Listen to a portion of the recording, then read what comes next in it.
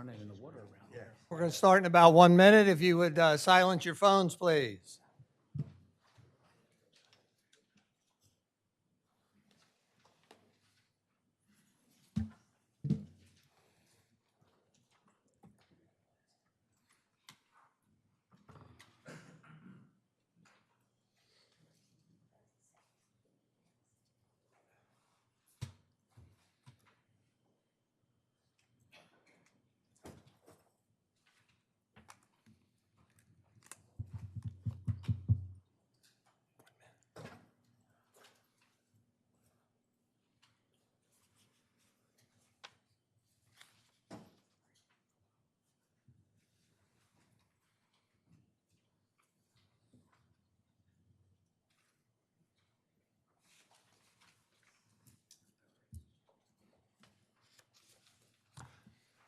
Good afternoon, everybody. It is Friday, September 15th, 2023. This is a regular meeting of the Commissioners of the City of Rehoboth Beach. We are live at City Hall, Commissioners Room, second floor. I'd like to call this meeting to order at exactly 2:00 p.m.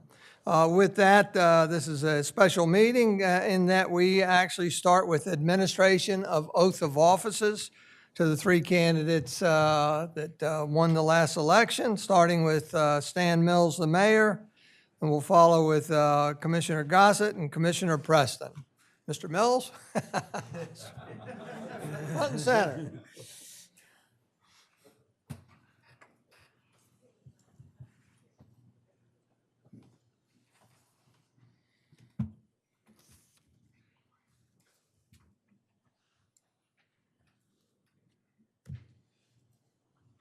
Are you going to let her through?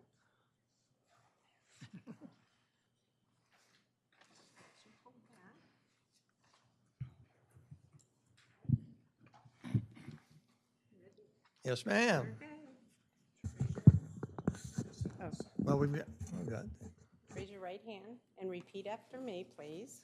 I, and state your full name, I, Stan Mills, do proudly swear do proudly swear to carry out the responsibilities to carry out the responsibility of the office of mayor of the office of mayor of the city of Rehoboth Beach of the city of Rehoboth Beach to the best of my ability, to the best of my ability, freely acknowledging that the powers of this office the powers of this office flow from the people flow from the people I am privileged to represent. I am privileged to represent. I further swear I further swear always to place the public interest public interest above any special above any special or personal interest or personal interests, and to respect and to respect the right of future generations the right of future generations to share the rich historic to share the rich historic and natural heritage and natural heritage of Delaware. of Delaware. In doing so, In doing so, I will always uphold and defend I will always uphold and defend the constitutions the constitutions of my country of my country and my state, and my state. so help me God. So help me God. Congratulations. Thank you, Judge.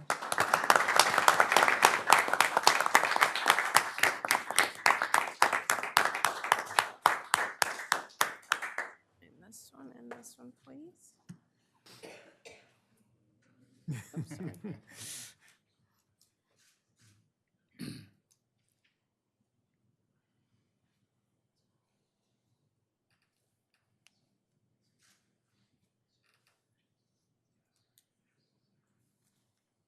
Oops, sorry. Thank you, Judge. Next, Commissioner Gossett.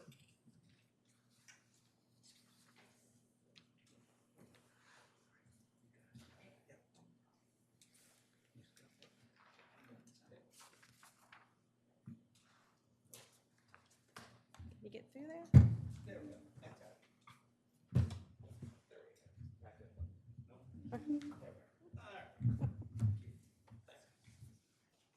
Hi. Thank you. Okay, if you could raise your right hand, please. I, and state your full name, I, Patrick Gossett, do proudly swear do proudly swear to carry out the responsibilities to carry out the responsibilities of the Office of Commissioner of the Office of Commissioner of the City of Rehoboth Beach of the City of Rehoboth Beach to the best of my ability, to the best of my ability, freely acknowledging freely acknowledging that the powers of this office that the powers of this office flow from the people flow from the people I am privileged to represent. I am privileged to represent. I further swear I further swear always to place always to place the public interest the public interest above any special above any special or personal interest, or personal interest, and to respect and to respect the right of future generations the right of future generations to share the rich historic to share the rich historic and natural heritage and natural heritage of Delaware. of Delaware. In doing so, In doing so, I will always uphold and defend I will always uphold and defend the constitutions the constitutions of my country of my country and my state. and my state. So help me God. So help me God. Congratulations. Thank you.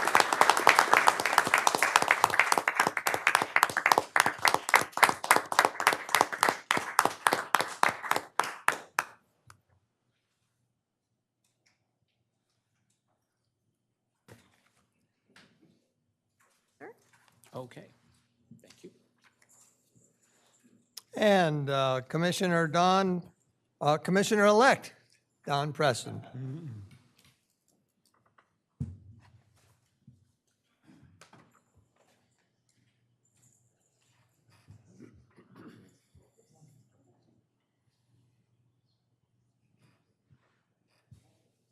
Raise your right hand, please.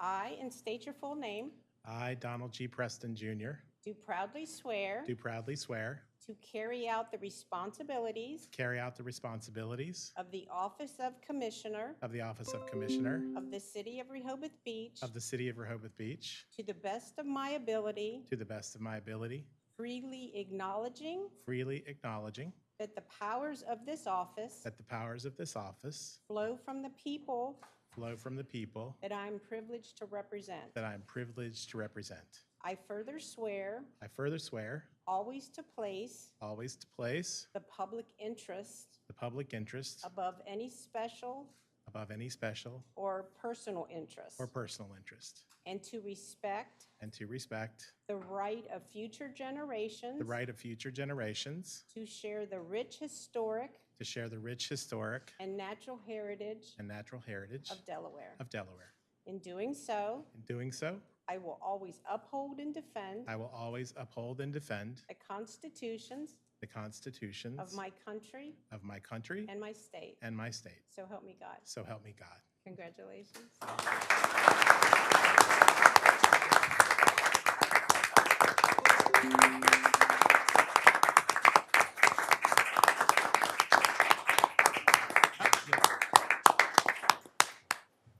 Gentlemen.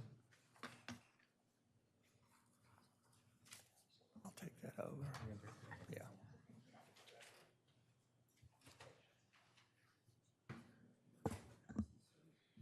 Thank you so much. Thank you. I appreciate it. Sure. Is this yours? Yes, it is. Thanks. Don, would you kindly introduce the two gentlemen that accompanied you during the oath, please? The taller one is my father, and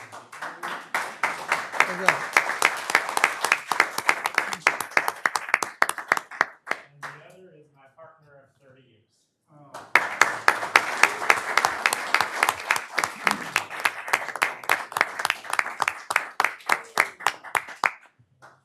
Congratulations. Thank you.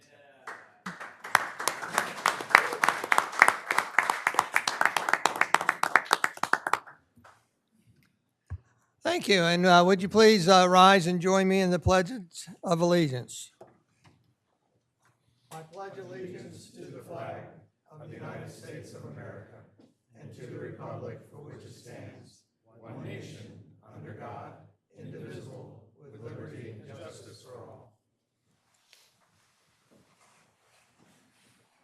Thank you. We'll start off with roll call. Commissioner Don Preston. Here. Commissioner Tony Sharp. Here. Commissioner Ed Chernowski. Here. Commissioner Patrick Gossett. Here. Commissioner Tim Bennett. Here. Commissioner Bunky Markert. Here.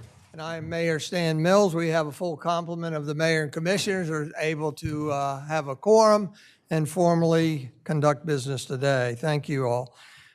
With that, I want to introduce a lot of the city staff members it takes to run these meetings. On my left is City Secretary Ann Womack, City Manager Lawrence Christian, City Solicitor Glenn Mandalis. Over here, raise your hand as I say your name, Lynn Cohen, Communications Specialist in the red shirt, Kevin Williams, Public Works Supervisor. In the black bulletproof vest is Chief Keith Banks.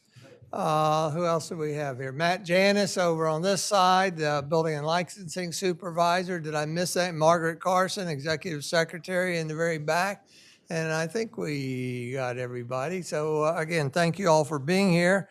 I want to thank those that are here in person, but and also remind you that at certain times during the meeting, we welcome your feedback, and feel free to raise your hand and we'll call on you, ask you to identify yourself and your relationship to the city. And of course, there are some public hearing portions of today's meeting. I also want to thank everybody that's watching virtually and remind everybody that documents that support our agenda items, we call them support documents. When they are ready in advance of a meeting, sufficient time ahead of it, they are embedded into the agenda. So if you go to www.rehoboth.com, go to the home page on the right center, you'll see an lime green box. Click on that, it'll take you to the portal, search the calendar, bring up the meeting that you want, and you'll be able to access the same documents that we're able to look at. With that, our next item of business is election of officers. I've nominated the slate that we've had for the past 1 or 2 years, and that would be a slate of the Vice President, Commissioner Patrick Gossett, Secretary, Commissioner Ed Chernowski, Assistant Secretary to the city, Ann Womack, and Treasurer Mary Moore, who signs checks for us. With that, I would entertain a motion to adopt the slate or approve the slate that I just read for the election of officers. So moved. Second. Well, we have a motion by Commissioner Ed Chernowski and a second by Commissioner Tony Sharp to accept the slate of election of officers as noted in the agenda and as I articulated. Is there any discussion among the commissioners? If not, all those in favor signify by saying aye. Aye. And those opposed? And the motion's carried unanimously. With that, our next item of business is to consider adoption of a resolution relating to the opening of bank accounts. Glenn? Thank you, Mayor. This is a resolution of the Mayor and Commissioners. Be it resolved that the Treasurer of the City of Rehoboth Beach be and she is hereby authorized to open and maintain a bank account in any bank authorized to do business in the state of Delaware which has an office within 5 miles of the corporate limits of the City of Rehoboth Beach. And be it further resolved that Stanley A. Mills, Jr., Mayor of the City of Rehoboth Beach and President of the Commissioners of Rehoboth Beach, and J. Patrick Gossett, Vice President of the Commissioners, or either of these two, and Mary Moore, Treasurer of the City of Rehoboth Beach, shall be authorized signatories of any bank account opened by the Treasurer. And be it further resolved that checks, drafts, notes, and other instruments or documents drawn on the city's accounts may bear the facsimile signature of Stanley A. Mills, Jr., Mayor of the City of Rehoboth Beach and President of the Commissioners of Rehoboth Beach, and that facsimile specimens of such signatures shall be filed with the banks where the city deposits its funds. To be signed by the Secretary and witnessed by the City Manager. Very good. I would entertain a motion to adopt the resolution before us. So moved. Second. We have a motion by Commissioner Ed Chernowski and a second by Commissioner Tony Sharp to adopt the resolution before us. Is there any discussion? If not, all those in favor signify by saying aye. Aye. Those opposed? And the motion is carried unanimously. Thank you. Now, we have this to sign, Lawrence, later, and return that to Ann. With that, our next item of business is correspondence, and there's been no correspondence identified for this meeting. Approval of minutes that are not ready yet for our approval. With that, we move on to the city manager's report. Lawrence? Thank you, Mayor. A few items to talk about real quick. I want to present, we have some work beginning on Laurel Street. The city's contractor, Adel Construction, will begin work to replace the water main on third block of Laurel Street around September 25th. As a reminder, Laurel Street between Bayard and Scarborough Avenue will be closed to through traffic while work is going on, but will remain accessible to residents. Parking will also be restricted during the working hours, 8 a.m. to 5 p.m., as this work continues. When the water main replacement is complete, the city will repave that entire block of Laurel, or that block of portion of Laurel, as well as Scarborough Avenue between Hickman and Christian Streets. The city continues to encourage homeowners on these streets to take advantage of the city's contract with Adel to make sidewalk and curb repairs at this time. We have a state road sidewalk extension. DelDOT will begin work on or around November 1st to construct that new sidewalk on State Road in the vicinity of the city's pump station to Stokely Street Extension. City Hall third floor build out. I wanted to provide a quick update. Based off of the fiscal year 24 and 25 capital improvement projects projections and budget, there were $80,000 allocated in fiscal 24 and $395,000 potentially allocated for fiscal 25. We elected to move forward for in-house facilities and act as our facilities manager. Luke Vanicola is acting as the GC for that project with significant cost savings to the city. Initial scope of work was projected to have an ACM, Assistant City Manager office on the first floor, and build out the 2 remaining unfinished areas on the 3rd floor. With current expenditures for this project include about $5,500 for the city manager or Assistant City Manager's office on the 1st floor. And 3rd floor area renovations are currently about $95,000, which consist of HVAC upgrades, carpentry, walls, electric, lights, outlets, sprinkler heads, door frames, drop ceiling, blinds, shades, carpet, door locks, security upgrades. I think there was a significant cost savings to the city moving forward with this project, and we're really proud of the work that Luke Vanicola has accomplished on behalf of the city. This particular project remains under the direct supervision of the city manager, the Director of Public Works, and the facilities manager, Luke Vanicola, so we stay in constant contact throughout this particular project. I want to give a brief update on Reach Out Rehoboth. To date, we currently have 1,135 active registered participants, with 574 of those selected as city stakeholders, and 561 selected they are not city stakeholders, but do have an affiliation with the city. I think that is a phenomenal first response to Reach Out Rehoboth, and our consultant within Granicus, which is the parent company for Reach Out Rehoboth, has amazing feedback saying that we are well postured as the city moving forward.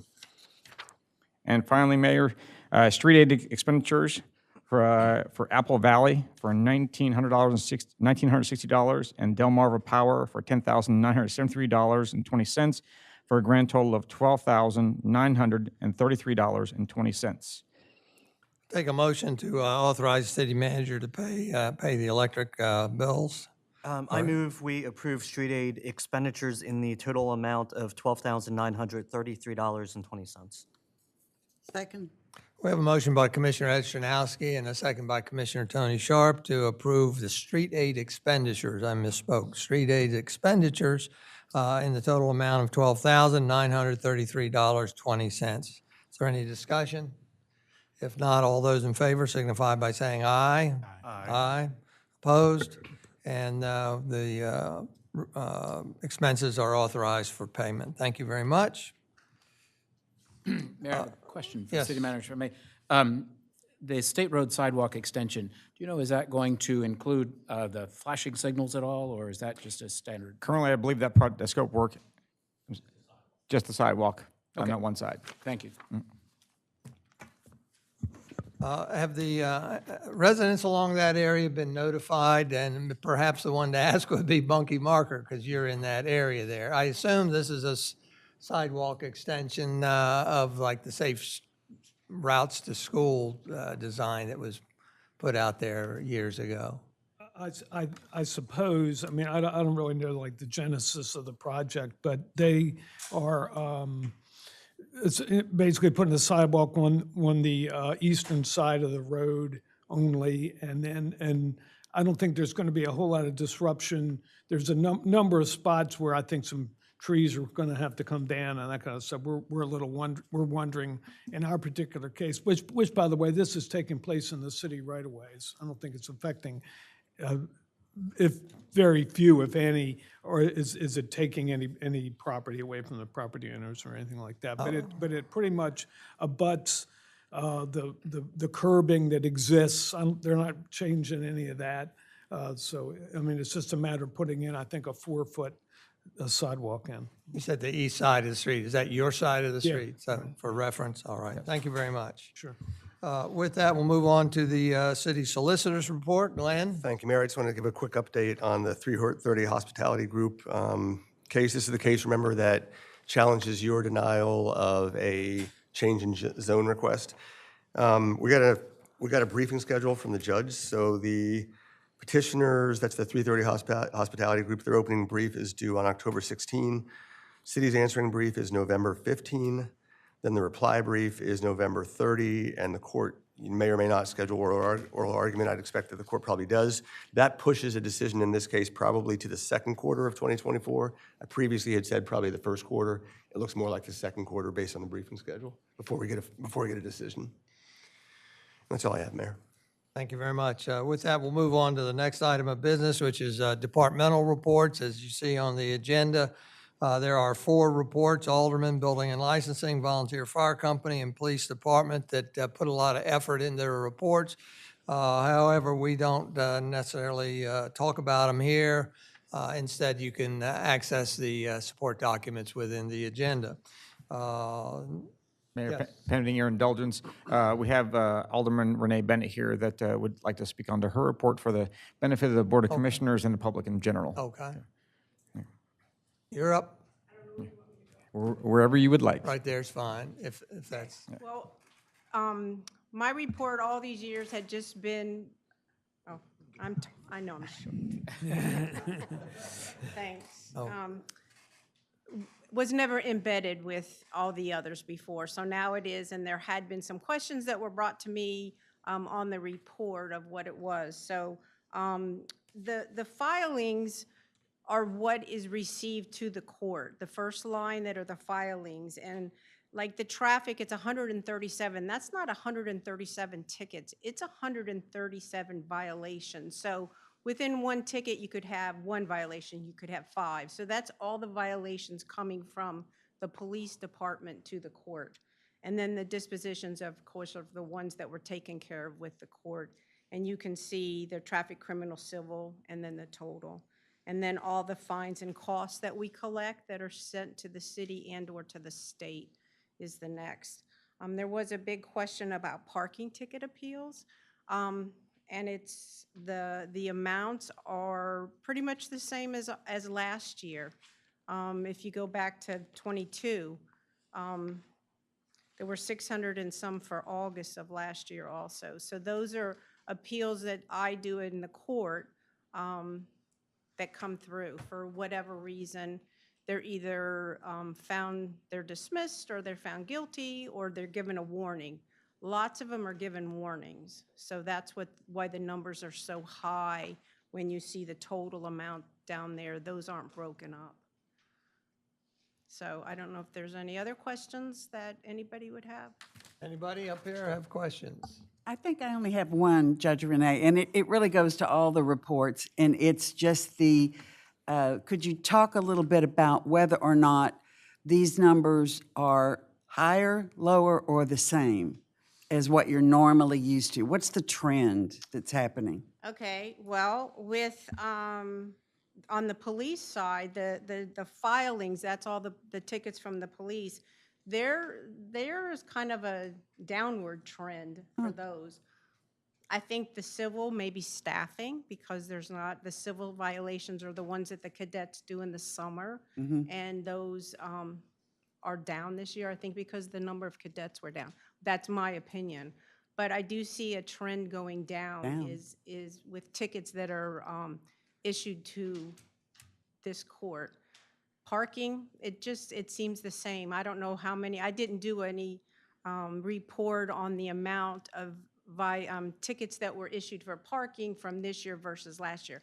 I don't look at those. I just look at the appeals when they come online. So that's Thank you. Hopefully that answers your question. It does, and maybe this is more for the city manager just to consider whether or not it might be helpful for the commissioners rather than having to try to compare to the previous year or the previous season. It's just like I mentioned last meeting about the chamber numbers. Are they being compared to the right numbers? Should it be pre-pandemic numbers to today, or what's the real apples to apples comparison? So that's all. It's just a general comment, but that's very helpful. Thank you. Sure, Thank you, Renee. Any other question? Thank you, Judge. thank you. With that, we're going to move on to board and commission reports. There was, you'll see that there was no absent report from Parks and Shade Tree Commission. That's because they had no meeting in August. Embedded in the agenda is a Board of Adjustment report. Again, we're not going to go over that, but it's embedded in the agenda. The next item, report, is a report from the Planning Commission. It's embedded in there, and I understand there's a representative from the Planning Commission there that would like to address the commissioners. You, if you like, you, I'm good. I'm Nan, fine. Yeah. if you like, you can take, either one is fine. Well, I'm here. So There you go. Thank you. And thank you to the board. My name is Nan Hunter. I'm a member of the Planning Commission. Our chair, Mike Bryant, could not be here today in Rehoboth. I'm here, and also three of my colleagues, Commissioners Davis, Ellison, and Stewart, are also here. And I appreciate getting time on the agenda. We wanted to convey in person this particular report, in part because I think it's important that we strengthen the communications, the direct communications between this board and between the Planning Commission. And so it's one of the things I want to do is to report back, as the letter does, both on the content of our last Planning Commission meeting, which was any possible revisions to Article 236, and also to signal to you that we are going to be asking for more direct communication between the two bodies. So to just quickly rehearse the state of play here, this involves possible changes to Article 236, Title VII of the City Code. And this question first arose before you more than a year ago in June of 2022, when you heard a lot of complaints, and we also heard complaints about the fact that the Sandcastle renovation had not gone through site plan review.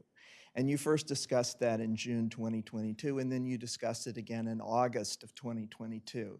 And at that second meeting, you asked us, the Planning Commission, to look at Article 236 and consider whether there should be any changes or revisions made to the language of that portion of the city code. And so we did that over the course of the fall and winter when it came up to its spot on the top of our agenda. And we spent a fair amount of time on it. And we sent you recommendations in February of this year. And at that time, the decision was made to ask Wallace Montgomery to do an additional look at Article 236. And I don't think, as I review the minutes, that this group actually looked at the suggested revisions that we had sent forth. So we, at our last meeting, which is what the subject is of this report, was our first consideration of suggestions from Wallace Montgomery, the city consultant and city planner. And at that time, what we decided, I would say unanimously, is that we appreciate the work of Wallace Montgomery and we appreciate the effort they put into those suggestions. Our plan is to go back to the language that we sent you in February to look at the suggestions from Wallace Montgomery to see if if there is anything there, or if there have been any issues that have arisen in this interim time that we would suggest that you consider in terms of making any revisions to Article 236. And in connection with that, our plan is to ask that we, the two bodies, have a joint meeting, whether it's a formal meeting or a workshop meeting, so that there can be more direct communication between this board and the Planning Commission, and so that if you have any questions about why we're recommending what we're recommending or any of the context for it, we can have a full sort of in-person discussion. And so that is basically what is in this letter from Chairman Bryan.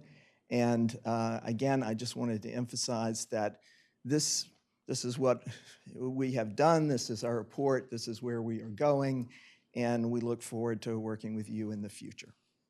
Thank you, Nan. Appreciate you coming, and obviously you brought reinforcements here, including the Planning Commission attorney. I did watch last Friday's meeting, and it was fairly palpable, the frustration voiced by the Planning Commission. And in part of it, some of the frustration was perhaps an admonition of the Board of Commissioners up here for not getting back to you and giving you a more complete explanation of receipt of your February recommendations. So I apologize for that. With that, I know you've asked for a joint meeting. I would suggest that, and I think this was suggested at your last meeting, that you take time to go back and review those original Planning Commission recommendations in February, and then perhaps review them and maybe even augment them or update them, and then contact us again to see what the next step is. And the next step could very well be conveyance to us in a joint meeting. Right, that is exactly what we plan to do. Thank you, Mr. Mayor. So, are there any questions? Go ahead. I guess I'm looking for something a little bit more clear, other than good intentions. Maybe just the bottom line of, is this going to be a workshop agenda item for October, or is that jumping the gun if y'all have some reflection to do, or is everybody ready for an October discussion? Commissioner Sharp, no, I would say we're not ready at this moment. Not ready, okay. And so we will be back in touch with you. I don't know exactly what the dates are for the next series of meetings, but we will, this is the top item on our continuing agenda, and so I expect we'll be back to you fairly soon. Well, so it puts the timeline in their hands rather than ours, because they have to schedule a meeting and conduct a meeting, and whether they can do it in one meeting or two or whatever, but that's up to them. And I appreciate that. Is there any other? Yeah, Mayor, just thank you very much for your comments. I truly appreciate it.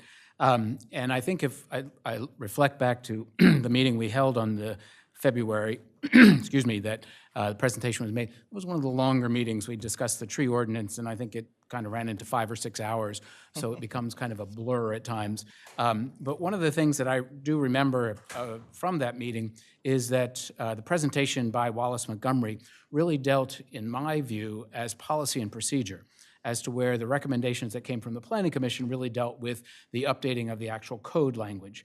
And I think these two elements need to go hand in hand or parallel with one another. As I have commented several times, the instructions, if you will, through our code come through a resolution, which typically die at the side once the code is taken, and that resolution is put in the minutes books and really never looked at again. And in federal legislation, there are rules and regs that accompany any particular part of legislation that we as a community currently do not offer. And I think that was the attempt by Wallace Montgomery to develop some policy and procedures or rules and regs for those. So since it has been a while since we looked at that February, so that our commissioners and I can be prepared for our meeting whenever, I've gone back and put together some handouts for your homework. This is the rules and regs, or the proposal from Wallace Montgomery, and then also the actual memorandum of, that you forwarded to us back in February of the suggested changes. So I do certainly support a meeting coming up whenever the Planning Commission is prepared for a joint meeting to carry this forward. But again, I would like to approach it from the standpoint of parallel operations in the sense of, if you will, rules and regs or policy and procedures from Wallace Montgomery's suggestions, and also then updates from the practical application of the code to meet today's needs of newer buildings and what's going on in our community looking forward to the next 5, 10, 20 years. So again, I would just ask that whenever we are prepared to have these discussions, that we have a little homework to do and be as much aware as we can be. But I look forward to any additional comments or updates that you would have from 236, from your original memo of February. Thank you. Thank you. Thank you very much. I agree that the revising the code, revising a statute is a very particular, important, and careful process. And I think most of us on the Planning Commission believe that our statutory language, which has been in effect for 15 years now, has served us pretty well. And I agree with you also that the issue of procedures or process issues that are not part of the code, and so don't create any sort of binding legal effect, that is something separate, and I think I'd be happy to convey back to the Commission your thoughts that those should be separate. Great. Thank you. Just for clarification, Patrick, I think you mentioned a Board of Commissioners meeting in February. The recommendations, I believe, came out in February, but I believe our meeting took place in April. May have been April, but the recommendations were February. Yeah, correct. Okay. Any other commissioner comments? No? Thank you for your report and concerns. We appreciate it. Thank you, Mr. Mayor. We'll be in touch through the chair. With that, we're going to move on to the next item, which is committee reports, and there were no committee reports identified. We have, just FYI, Animal Issues Committee, Beach and Boardwalk Committee, Street and Transportation Committee, there's some other committee, Trees and Green Infrastructure, who am I missing? Environment Committee. If you're interested in being on it or participating in it, let us know. But they have not submitted any reports yet. With that, we're going to move on to liaison reports. These 5 agencies noted on the agenda have liaisons, commissioners. And for me, we'll start off with the Chamber of Commerce. I am the liaison. However, the executive director of the chamber is here, Carol Everhart, and we'll turn the microphone over to Carol. Carol, just identify yourself again, if you would. Carol Everhart, Rehoboth Beach, Dewey Beach Chamber of Commerce. So I have my normal report for you. Realtor bags are complete. We did 11,043 bags this year. Down a little bit, but not drastically. A visitor center, boardwalk kiosk update. The kiosk closed on September 4th, so we made it through Labor Day. And you will receive a report of the questions, most asked, those types of things at the kiosk. Fall events, so our commercials are running, all the local TV, newspaper, those types of things for the fall events. And then our advertising, which is destination advertising, is running in, I know we're doing Women's Day, Good Housekeeping, Country Living, Collinson, and of course the social media and online.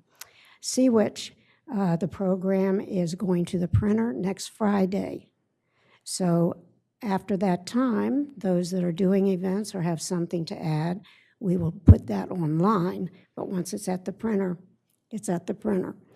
They will be available for handout the week of Sea-Witch, because if we put them out before Sea-Witch, they're gone for Sea-Witch.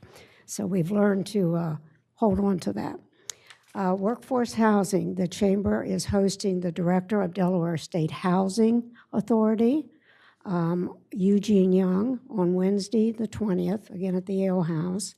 And I would really encourage everyone who has any interest in what's going on with the housing to come to that. We were lucky enough to hear him at a Association of Chamber of Commerce event, and he was very knowledgeable. Then I have, lastly, your stats. So the full 199 zip code, I'm going to compare last year on Wednesday to this year on Wednesday first.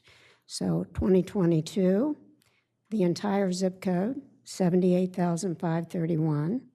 This year, 72,186. Weekend, same thing, the entire zip code, 2022, 102,683 versus 92,708.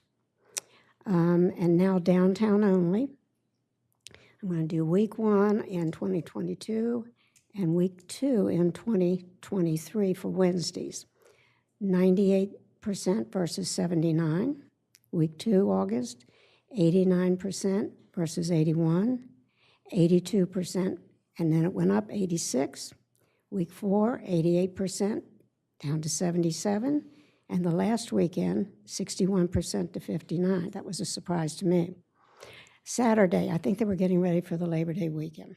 Saturday, last year, week 1, 99%, this year 85. Last year, 96, this year 90. Last year, 94, this year 95.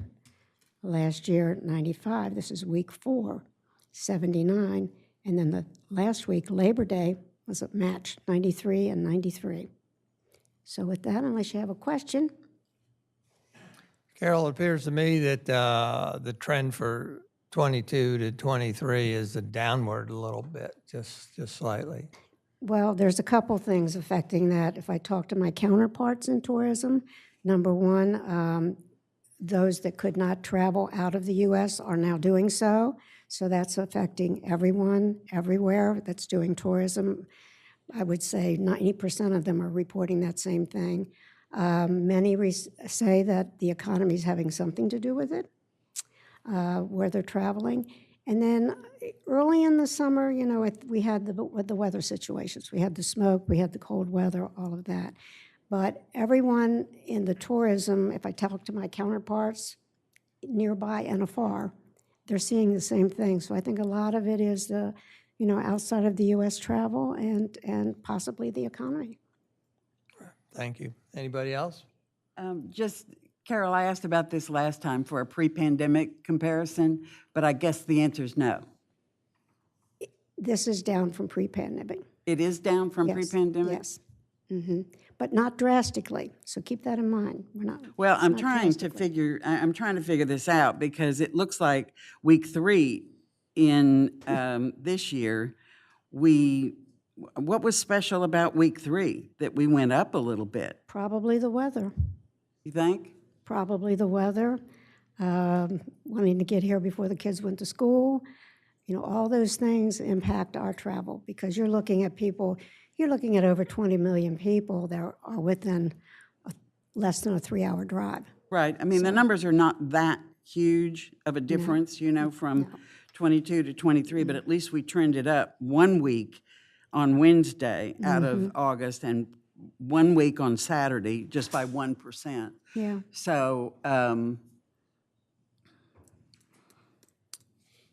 okay, I'm looking for a magic wand to find out. thank you. Thank you, Carol. Carol, just one other question. On the comparison there, did the number of available rooms change from 22 to 23 in downtown? The number of, we have, in the whole zip code, first look at that. Yes, you have a higher number of rooms overall, some additional rooms in downtown. But what matches is the collection of the accommodation tax. So when you go into the room, they collect the tax. That is also trending downward, but not drastically. Thank you. Okay. Thank you very much, Carol. Well, with that, former Commissioner Jay Lagree was the liaison of the Historical Society. Obviously, he's stepped down from that position, so we are seeking a commissioner liaison of the Historical Society. I did reach out to them, and they did not get back to me. I assume they're still looking for an executive director, but we'll have a report for you at the next meeting. With that, we'll move on to a liaison report from the Main Street Group. Commissioner Chernowski is the liaison. We have Dan Slagle and Dick Byrne here with us today. Good afternoon. My name is Dan Slow, Executive Director of Rehoboth Beach Main Street. Good afternoon, Mayor, Commissioners, and City Manager. Just a quick note, the Cottage and Town Awards scheduled for Sunday, September 24th. It is from 2 to 4 at the Belmore. I am honored to say that the City of Rehoboth has won the Landscaping Award. When you are leaving town, the Canal Side Gardens are on the right side next to the museum, and we hope you all can attend and hope collect your award. RBMS is creating a survey and will send out an email blast taking the temperature of how downtown 23 businesses did this past summer. I have walked around and met with quite a few of the businesses, and what I'm getting, the response is very positive, that they did well this summer, but we'll have more information for you once we get the survey back, okay? I am working on that. Hopefully, the events planned through the Chamber and the RBMS this fall will continue the momentum of different, comments about being positive. We are working, our small group is working on the city grant, and it will be submitted by the deadline, December 1st. Rehoboth and Bloom will be pulling all current flowers out of downtown, and pansies will be planted after the Sea Witch. Any questions for me? No, Thank you very much. Thank you, Dan. Thank you, Dick, for being here. With that, I'll move on to the next liaison report, Cape Henlopen Senior Center, Commissioner Sharnowski. Thank you. There's been quite a few changes with the board at the senior center, and we're lucky to have Tony Cadella here, is the new treasurer, and he's going to give us a brief update on the senior center. Very good. Welcome, Tony. I have my Pledge of Allegiance outfit on. As Edward said, we've had a number of changes on the board. We have a new president. We have a new secretary. Greg Murphy's the president. Sarah Rosen is our secretary, and I am the new treasurer. And we have embarked, after deliberation, on a twofold project. One is to keep and enhance the operation of the facility in terms of its service to the community. And the second is, and I hesitate to say this, to actually get work done on the new building on our new property out in West Rehoboth. I hesitate because I think there's a lack of credibility to that statement based on false starts in the past. But we have already secured our funds for the continuing operation and given guidance and are being trained actually by a professional trainer as a board on proper procedures to keep the senior center operating efficiently and effectively, and also to tackle the new project. The vice presidency of our executive team has been reserved for the honcho that is going to be the chair of that capital project committee. And we are already embarking on research in the community and among our members to find out what should be considered in putting up a new structure, a new campus. It's not just a building, it's a campus. And that research is underway already. We are canvassing for the resources that we are going to need to accomplish this. We're hoping to put a shovel in the ground in about 15 to 18 months. We have a timetable and a step-by-step process that we're embarked on. And we'll continue to keep you up to date on it. We're also investigating partners that might want to join with us in terms of having a facility they can rent from us or lease from us, or actually be an equity partner on the operation. A factor we're going to use to promote the credibility of the statement that we're at work on the new building is the fact that we have breached the $1 million mark in capital funds.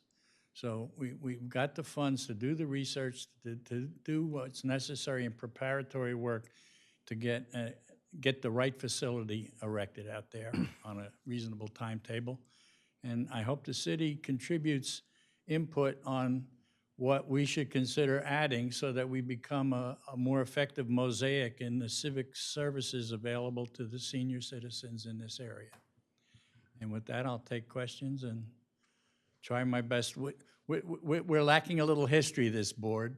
We're all basically kind of new, so I can handle almost any current question, but history, I might have to get back to you. Rather than assume, I'd rather ask you that when you do move out of town, what is your intent for the in-town facility? That has not been decided. And I'm not sure when we can. It looks like at least till November or December of next year, we're still going to be operating there, and it's probably going to be 2 summers or more before we have an extra building, if you will. But that has not been decided yet. Very good. Anybody? I understand, and welcome aboard to your board. Good luck with all that. Hey, thanks. I understand you're saying that you haven't made any decisions. Are y'all actively talking about it yet, or is the board too new? Talking about the current building and its disposition? We're not talking about it, and I think Okay. the reason is that the timetable we've laid out is kind of aggressive. The biggest discussion we had is, can we do it in 15 months? Can we break ground? And thereafter, construction might be another 6. I think as soon as that's kind of real, then we can turn around and say, what are we going to do with where we are, and how are we going to handle that? Do you have a particular requirement or interest that we should crank into our thinking? No, other than want to make sure you are aware that I believe you own the building, but we own the land, I believe. Right, but I think it deeds back to you, I think, is the arrangement for some reason. And again, I'm weak on history, so Sure. I can do a little more research the next time we come, or have our executive director come, and she'll probably be able to answer the questions directly. But I think there's a hook in there that the deed to the building reverts to the city, I believe. All right, very good. Anybody else? Thank you very much, Tony. Thank you. Thank you, Tony. Thank you. Mayor, what- I'll just, Oh, go ahead. for the senior center, I just want to mention 2 dates. Their annual holiday fair is scheduled for November 18th, and the next pancake breakfast is scheduled for Thursday, December 14th. I'm a Thursday, pancake December flipper, come on out. 14th. AUCE, very good. Thank you. With that, our last liaison reports would be coming from Commissioner Markert and Commissioner Gossett, or one or both. Thank you very much. The board meeting of the library was held last Tuesday, which I attended, but today we're fortunate to have Lauren McCauley with us, the acting librarian, who's going to give us an update of past, what's been going on. Thank you. Good afternoon, Mayor, Commissioners. My name's Lauren McCauley. Oh. Thank you. My name's Lauren McCauley. I'm acting as the interim director right now. And so, yes, we had our board meeting on Tuesday, and currently, as far as the renovations are going, we have our architect from Becker and Morgan still working on the design plans for the renovations for the current building, and the board is planning to reconvene the task force in October and have the task force look over the design plans and give them over to the public for consideration. And as far as library business goes, we slow things down in September with kids going back to school and tourists going home, but we're starting up a walking challenge next week that's themed around the Lord of the Rings books, so we're going to be doing that for the next couple of months.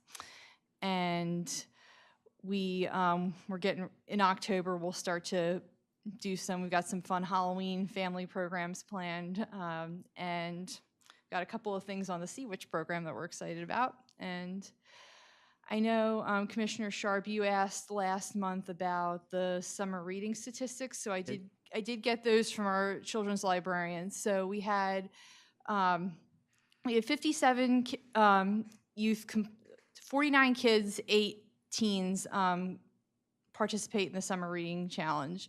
And we had a lot of kids using the library throughout the summer. She said we had about like 900 one point. like in June, July, and there were 220 books logged over the summer. So So would y'all consider that a great success? yes. Okay. Yeah, and we don't have an exact number for the adults, but based on how many bingo sheets we printed out, I want to say about 75 people participate with that. So they don't log books, they just get to check off things they've done around town and different types of books they've read, and they get raffle tickets for it. So good. Thank you. Anybody else? I have a question for Commissioner Gossett. You said you attended the board meeting? Correct. What do they talk about? The agenda items were primarily, they're still transitioning, much like we did this meeting, transitioning of their bank accounts and reestablishing finances. They've had a change in elected officers, and also working through the aspects of land acquisition and land finalization with the Warren Road project was primarily what was on.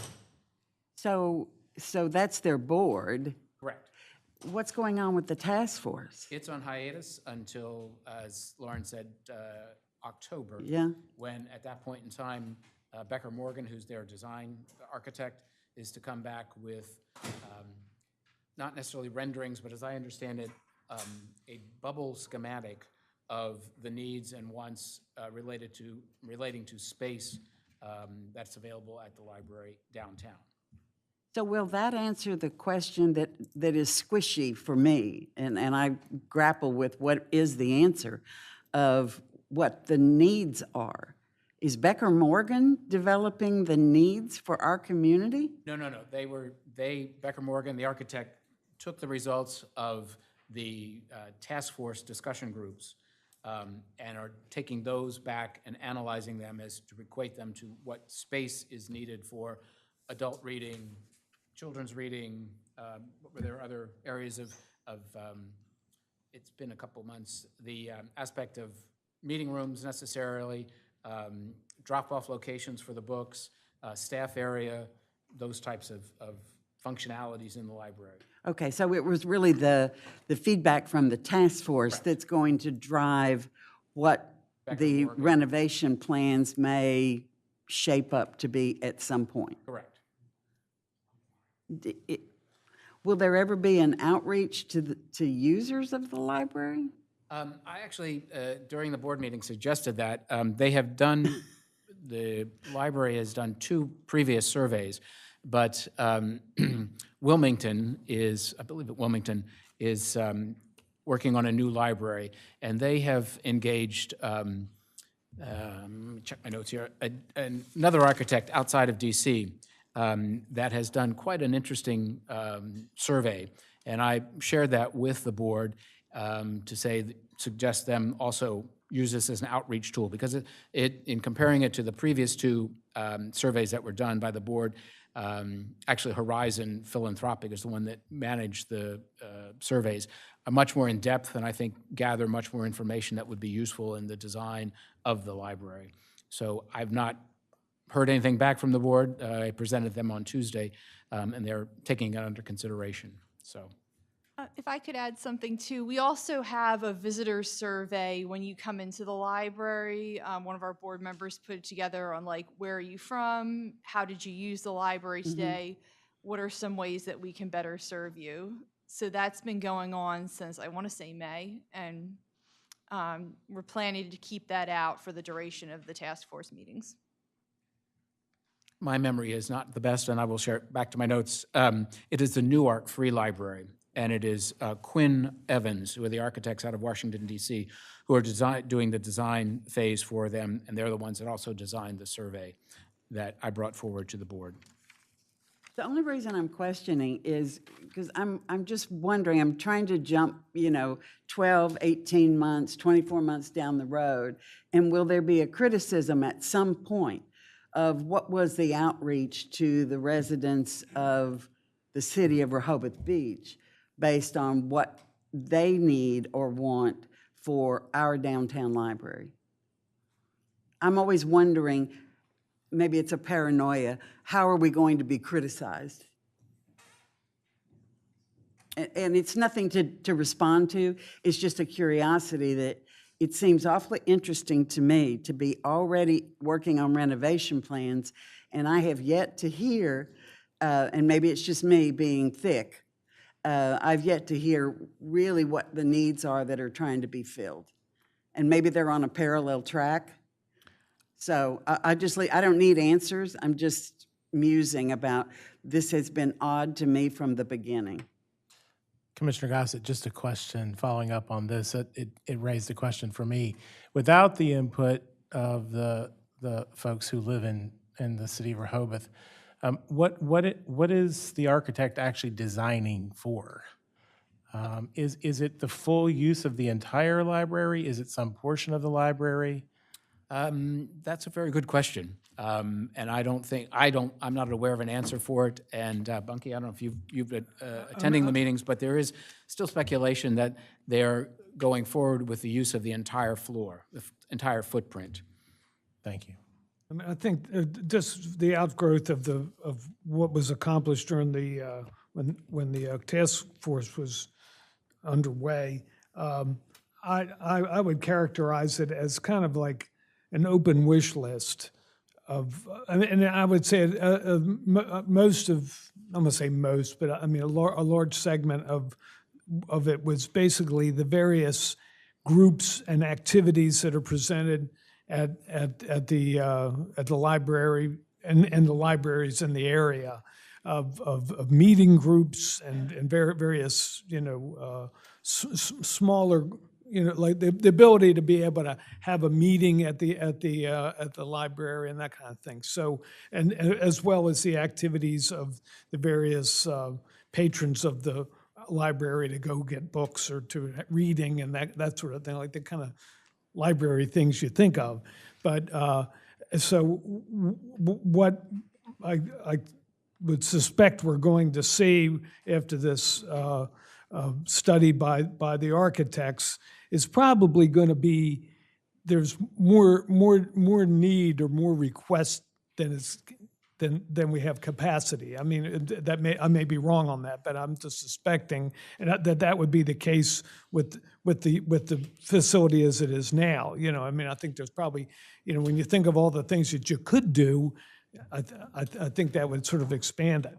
So, well, I think we'll see. But I mean, right now we're just looking at, I think, hopefully getting some kind of idea of the scope and what's possible, what's feasible with the facility, and then from there, I think depending upon how, I think it'll probably roll out to the level of the public to be able to kind of weigh into that.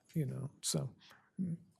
Well, thank you, Lauren. I hope you come back quite often to tell us what you know and what your successes are and maybe what some of the challenges are. Yes, thank you for having me. Thanks for coming. Coming. With that, we're going to move to the next item of business, which is permit of compliance hearing for Scirocco Restaurant, dining patio supplemental permit of compliance, and license agreement to place an outside dining area on public space. This is kind of an interesting process here. It's relatively new to us since we codified outdoor dining. There's two steps here. And one is, the first step is to conduct a public hearing to allow a restaurant which serves alcohol to be able to have outside dining on a public sidewalk in public space. The second item is authorizing a license agreement. So here we might, in the first section, find that they meet all the criteria. But then the second section is we have to agree to allow them to use our public sidewalk. So necessarily they go together, and it could be possibly that we talk about both at the same time, but we will conduct two different votes most likely. So Part A is a public hearing to determine a supplemental permit of compliance for outdoor dining on public space, request by Vince Robertson. On behalf of Vince DeFonso of Rehoboth Hotel LLC, doing business as Coast, to operate an outdoor dining patio serving alcoholic beverages on public space in conjunction with the restaurant known as Scirocco Restaurant pursuant to Section 270-19B, which is the use restrictions dining patios of the city municipal code. The restaurant and outdoor dining patio on public space are located at 123 Second Street. Just for orientation, this is probably be referred to this forever as where the sandcastle used to be. It replaces that, and it is on the northwest corner of Rehoboth Avenue at Second Street. I see this is Vincent Robertson's here. With that, the city solicitor starts off, and then we'll turn it over to the building inspector, and then we'll address the applicant's attorney. Thank you, Mayor. As the mayor mentioned, this is a supplemental permit of compliance for outdoor dining on public space for Sirocco Restaurant. Sirocco, as you recall, already obtained a permit of compliance, so this is the supplemental for the outdoor dining on public space. I wanted to read a couple code sections that we normally do during these that are still applicable, even though it's on public space. Section 215-2 says, "No person shall operate, maintain, or carry on the business of a restaurant or dinner theater governed by this chapter until the owner or lessee has received a permit of compliance from the city stating that said restaurant or dinner theater is in compliance with all the city's applicable zoning and licensing requirements." Section 215-5 indicates that no applicant shall receive a permit of compliance or supplemental permit of compliance from the city until after a public hearing, at which hearing interested parties and citizens shall have an opportunity to be heard. That hearing will be conducted today. Subsection B of 215-5 says a permit of compliance or a supplemental permit of compliance shall not be issued to the applicant or to the Delaware Alcoholic Beverage Control Commission except by the favorable vote of a majority of the members of the city commissioners. In reaching their decision, the commissioners shall consider the following factors, including but not limited to. So these are those factors, again, that you should be taking into consideration as you consider the application. First, whether the applicant has demonstrated that the establishment's primary purpose will be that of a restaurant or dinner theater as defined in this chapter. Second, whether the establishment meets all the city's applicable zoning and licensing provisions. Third, whether the establishment would be a detriment to this peace, order, and quiet of the neighborhood and the city. Fourth, whether the establishment will have an adverse impact on the neighboring properties or on the city of Rehoboth Beach, considering the impact on traffic, parking, and noise.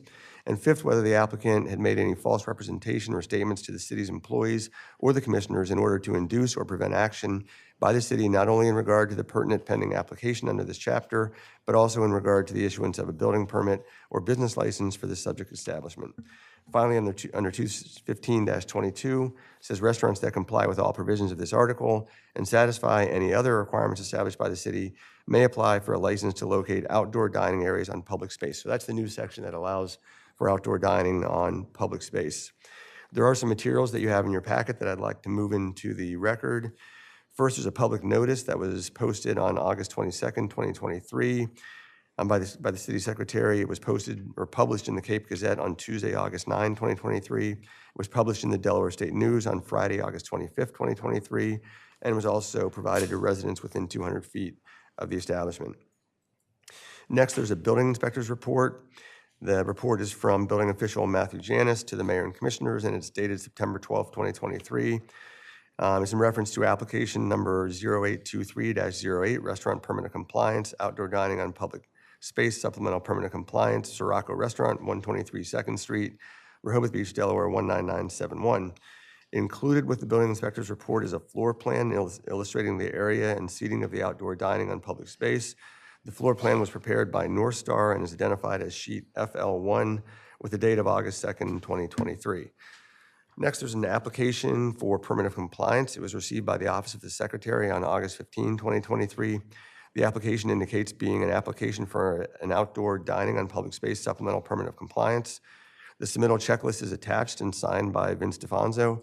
It includes a city stamp indicating the fee of $1,250 has been paid. Also included is a checklist for compliance with zoning code section 270-19, which is titled use restrictions. Next is a floor plan. It's a floor plan similar to the one that was included in the building official's report, but not exactly the same, and probably something for you to consider because you're going to have to identify which floor plan is the official floor plan. The floor plan illustrates the area and seating of the outdoor dining on public space.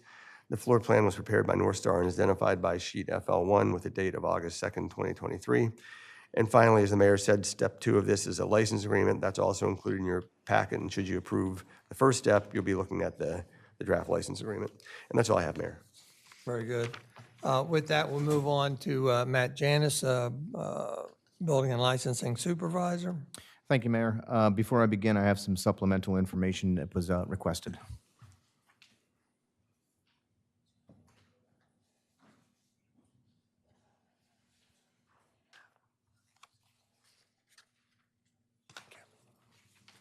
Thank you, sir. Thanks. Thank you.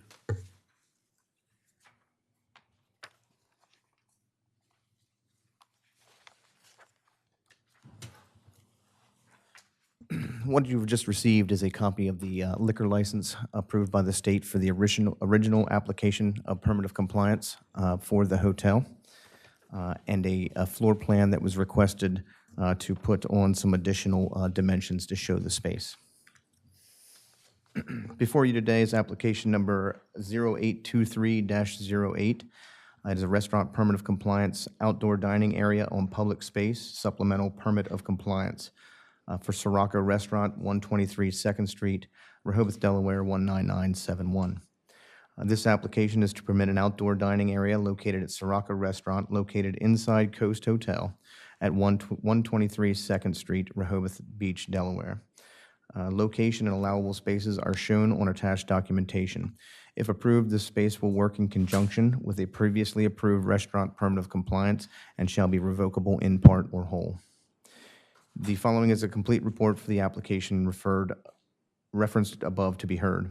Pursuant to Section 215-3, applicant is Rehoboth Avenue, 123 2nd Street, Rehoboth Beach, Delaware, 19971. The name of the restaurant is Sirocco. The restaurant is a table service establishment serving breakfast, lunch, and dinner. The restaurant is indeed located at 123 2nd Street, Rehoboth Beach, Delaware, 19971.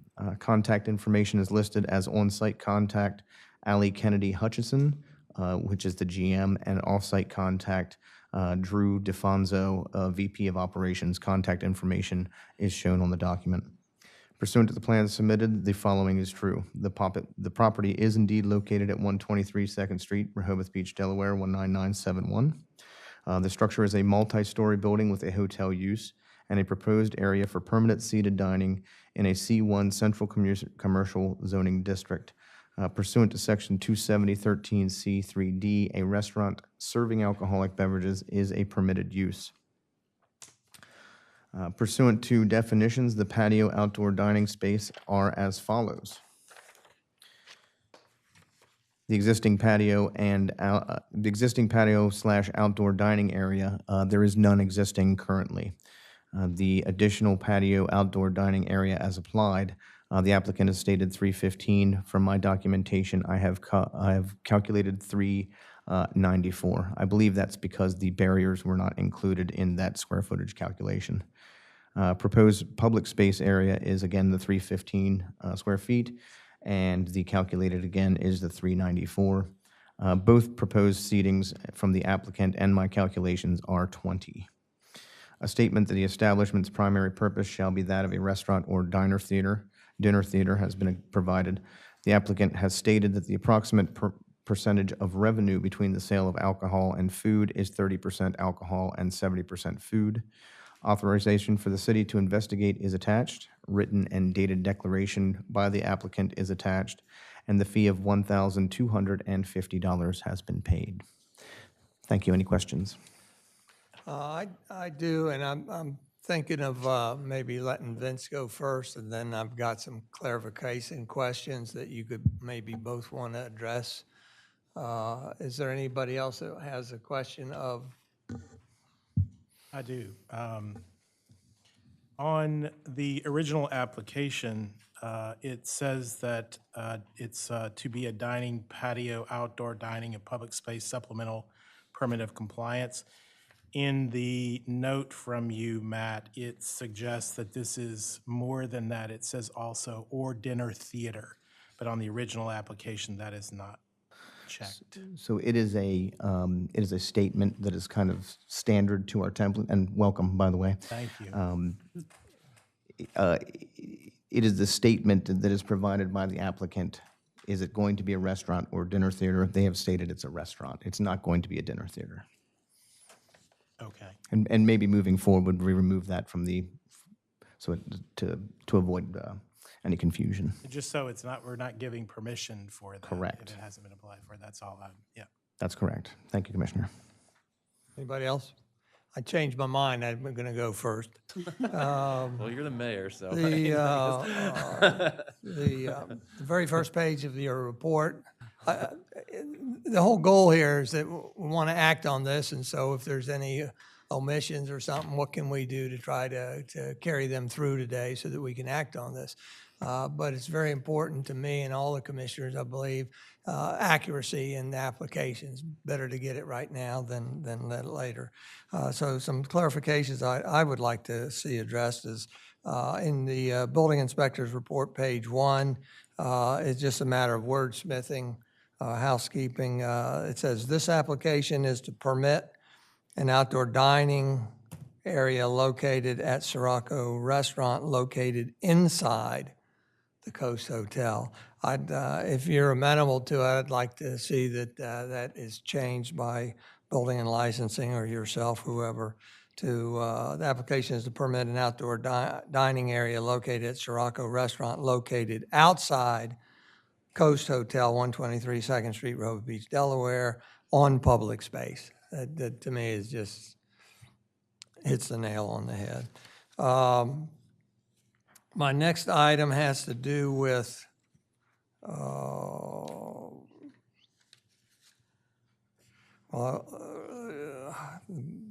it says page 4. Let me see if I can find it here. Restaurant.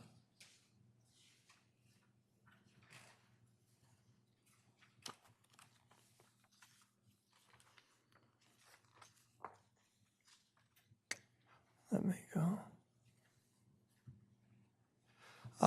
Let me use this drawing that I have up here. Really what I want to look at is the floor plan that was handed out to us. And what I want to point out, Vince, is that we have a design manual, and the design manual has design criteria and dimensions. And so there's a couple of important things. With the 4-top table, we have dimensions for 2 tops. But if we do a 4-top table here, there's a maximum of 8-foot depth. Can you show my screen for a second? Flip back and forth, Ann.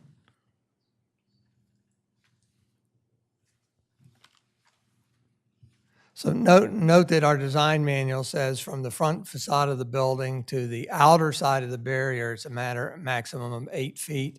And that FL1 drawing handed out today shows 10 foot 6 inches. So we need to shave off 2.5 feet from there, which is very doable because, it's just that you're giving them excess space perhaps for the barrier and for the waitstaff area.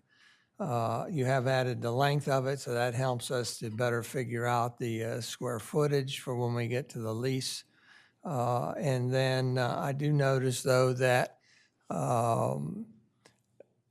there is no barrier. Go back to his down camera there, please.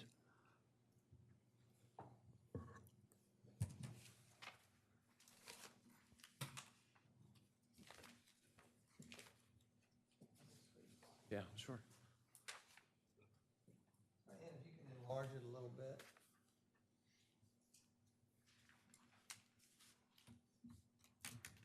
So again, we've got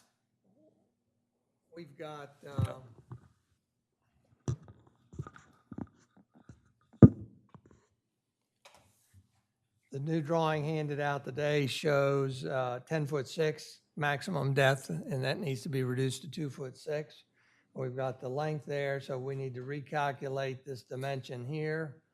The only other thing that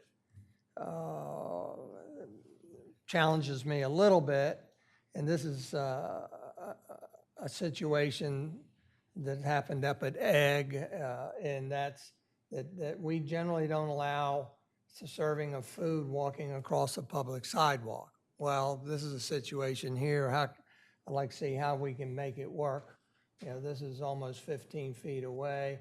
I'd suggest that that the barrier is here and here, and I think it needs to be extended up a little further and brought in here, so that that is your entrance into it, because that gives us a barrier on 3 full sides. And if you could use claws and fins to compare, you'll see that they have barriers on all those sides. So those are some concerns there in terms of the width, the modified proper square footage, my preference of adding, or the need to add a barrier on the 3rd side, which means extending the barrier here. And that I think improves the situation, because again, that's a shorter distance for food to be carried on public sidewalk. Those are the things. The other thing is that the design manual and the application, I believe, says that the barriers have to be drawn in detail. So I expect that that's something you could work out with building and licensing, but we need that drawing. What is that barrier, for instance? Is it all greenery? Is it vegetation? Is it all brick or something like that? So let me see if I have.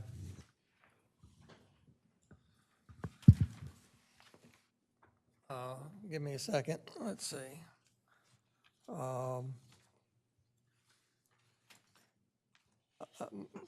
Matt, when we recalculate the square footage there, then there's a section on your report that has dining patios, and right now it says the patio area is 315 square feet.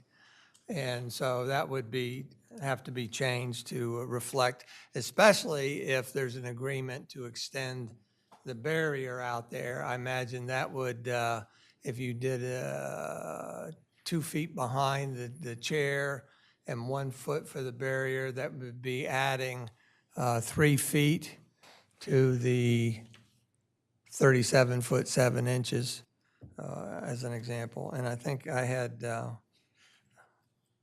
and I'm just reiterating that on your report, the submittal sheet says requirement for dining patios, details of the perimeter barrier.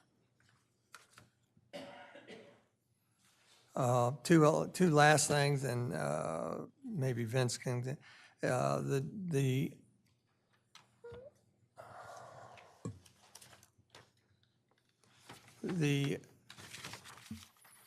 if you go back to this drawing, Ann, one more time, you've got on the lower corner, it says movable barrier. And I think we just want to clarify that that doesn't mean it moves in and out during the day, during the night. It's portable in the sense that it's built in place, perhaps. Well, it's movable, and that the code and even the license agreement supposes that those barriers can be pulled up, I think, at the city manager's discretion. I think it's the way the license agreement works. So that was just a reference to that, not that it would be manipulated for seating or anything. Right, okay, In other very words, good. it's not in a foundation and a permanent structure on the city's property. Very good. My last thing right now is just confirming that the access to the dumpster is around back, would be, I assume, through the building and not along the public sidewalk in front of that That's building. correct. Okay. So, does anybody else have any questions? If Commissioner My Gossett? other thing, I do agree with your statements, Mayor, and I believe that enclosure, though, that stems from the liquor license from the state, that it must be an enclosed area. You can't cross, you can't have openings or something of that nature. So if we were to approve this, I don't know effectively if the liquor license or liquor board would approve that extension of license. Just curious. So I think they would. You know, you're right. They want to see it as a barrier now. Correct. Barriers vary from license to license. You'll see ropes and planters and, you know. Not in the city of Rehoboth. Well, no, I know, but throughout the state of Delaware. We're not talking about the state of No, I Delaware. We're know. talking about But the to city of answer, Rehoboth. you were talking about the DABCC first. Correct. in this case, I don't think they would have any issue with that.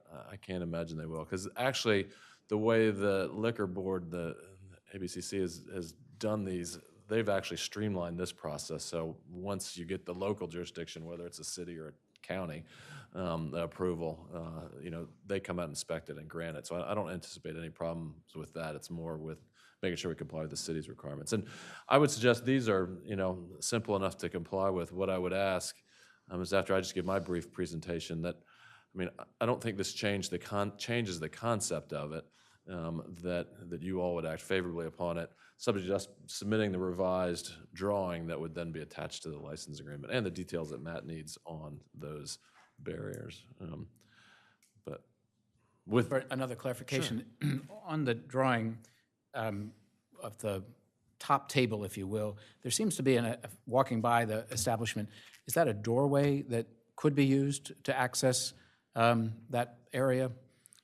See at the very top of the green there? I see Mr. DeFonso, who's also here, and he's the overall manager of the enterprise. He says no, that's not Okay. what they can be used. So yeah.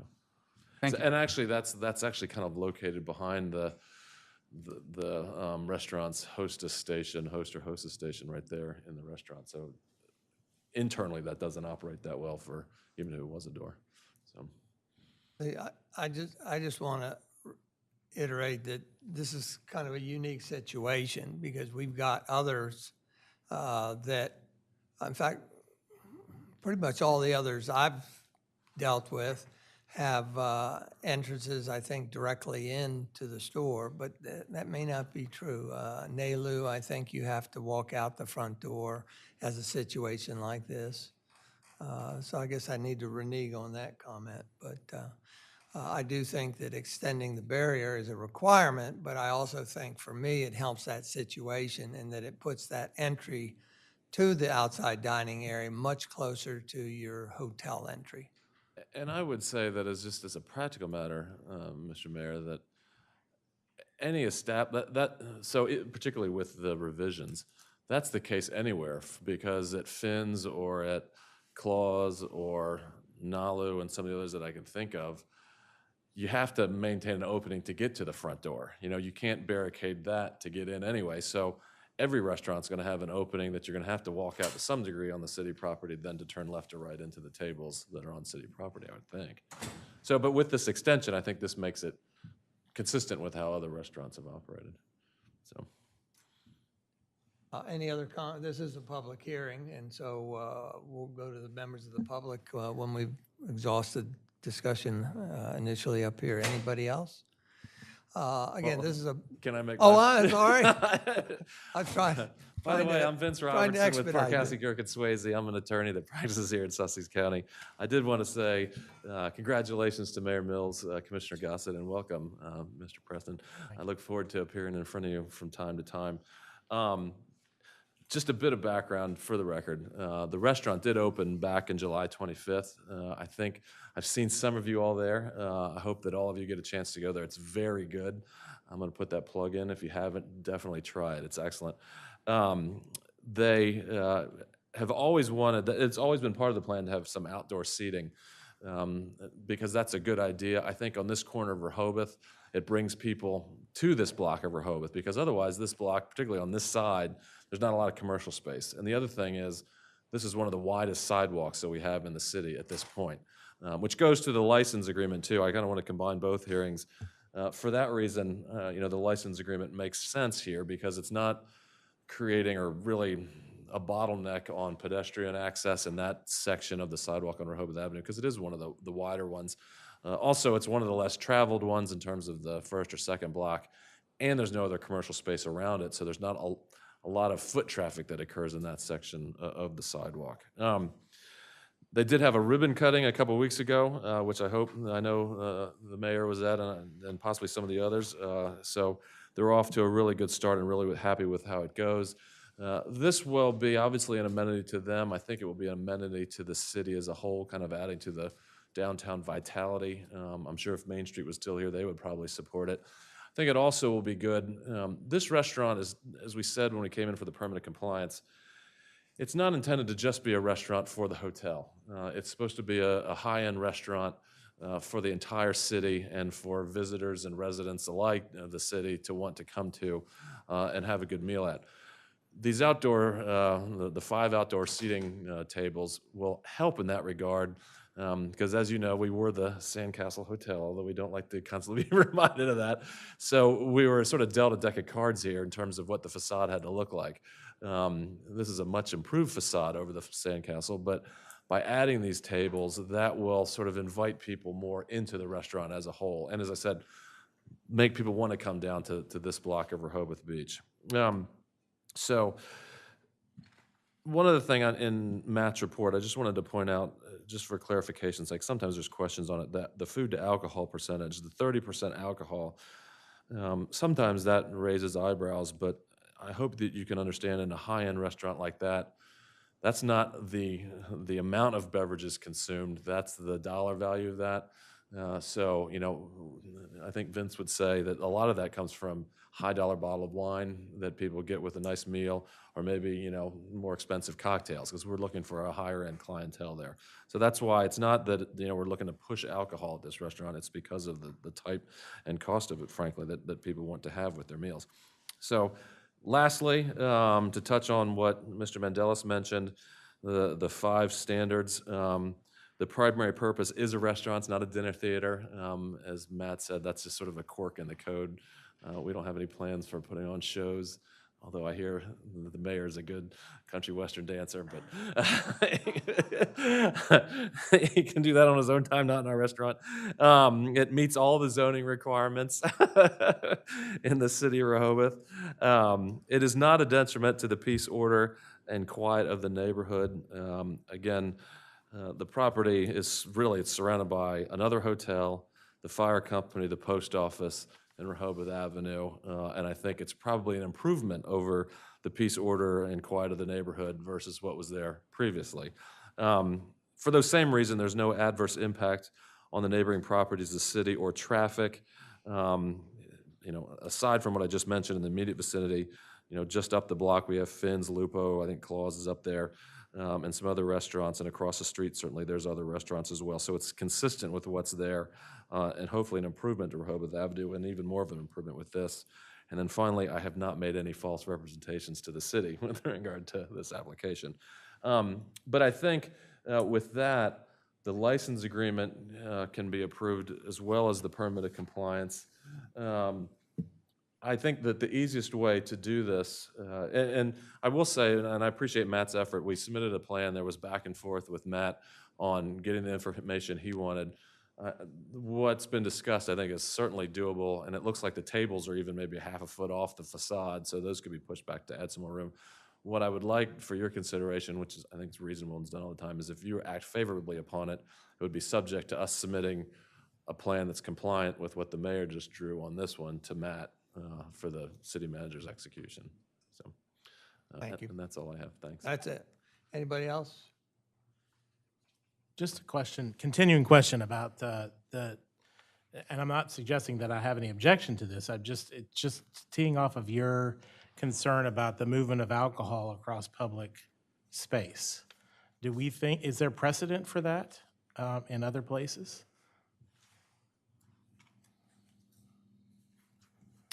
I don't know. I think of Claus, and Claus has, if you're out in the street and you look at Claus, the main entry now is on the left side, and that's completely open, and there's a hostess desk there. And Lupo's the same way. You Well, come I'm not up and- finished. Oh, sorry. So then you've got the patio area that has one entrance where you can access it from that main entrance, if you will, but you have to go across public sidewalk to get there.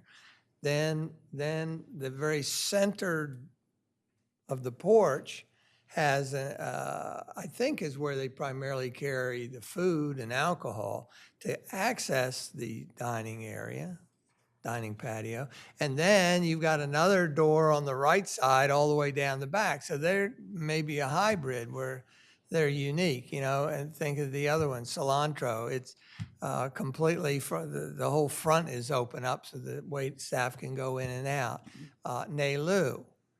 Now, Neilu has I would say, this situation, I believe. Correct. So you have to go, because there is only one entry door on the left side, not unlike this, and there are only windows on the right side.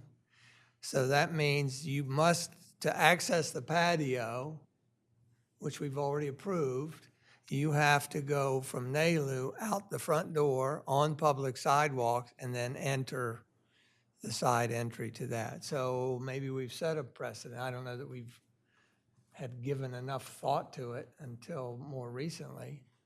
And I think, like I said, Lupo has that, and I understand the conversation, but I think to accomplish that, the only way you'd ever be able to is if a restaurant had two doors.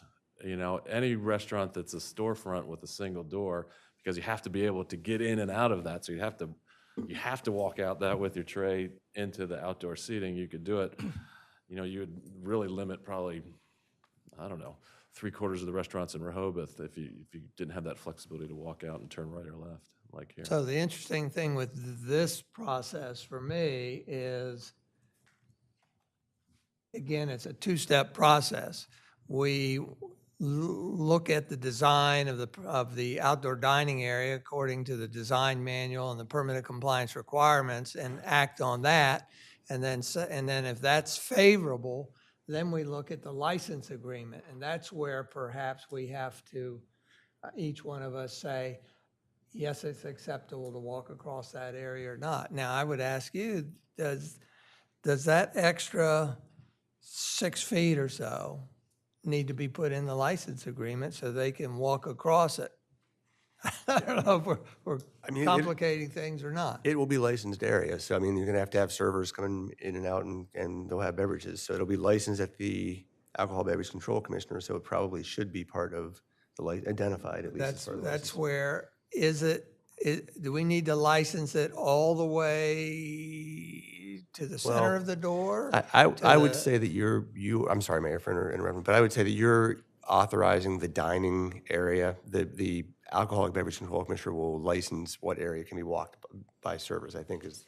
It's interesting, you know, this has been, certainly as the mayor mentioned, sort of an evolving process, because we had these all through COVID, and then you all codified them. I've done a couple of them, and we're all, at least on my end, sort of learning, because I don't know that that's come up before. Like when I did the Lupo one, I don't think we talked about, I'm not saying it's bad or good, I think the right thing to do is what you're talking about, is for the license, and I say this, I don't want to hold the process up, I hope you'll approve it subject to us getting this in. Show the table, show the barriers, but then show the licensed area to cover that door, you know, so at least the foot traffic part shows up on the city's license too. I don't know that any other ones in the city actually show that though, you know. Well, Lupo, I think, has a door centered directly from the front facade out there. So that's unique. Yeah. Well, I think that we need to conclude the public hearing and consider this one. And then if it's favorable, we go on to license agreement, which I think is where it's more apropos to talk about, again, about public access or going across public sidewalks. You have something Just on a separate point here, I think, again, this is sort of new territory in the sense of a hotel operation 7 a.m. to 11 p.m. In our code, though, we do prohibit the sale of alcohol until before 9 a.m. So I don't know if people are going to be having Bloody Marys or something like that, but yeah, currently...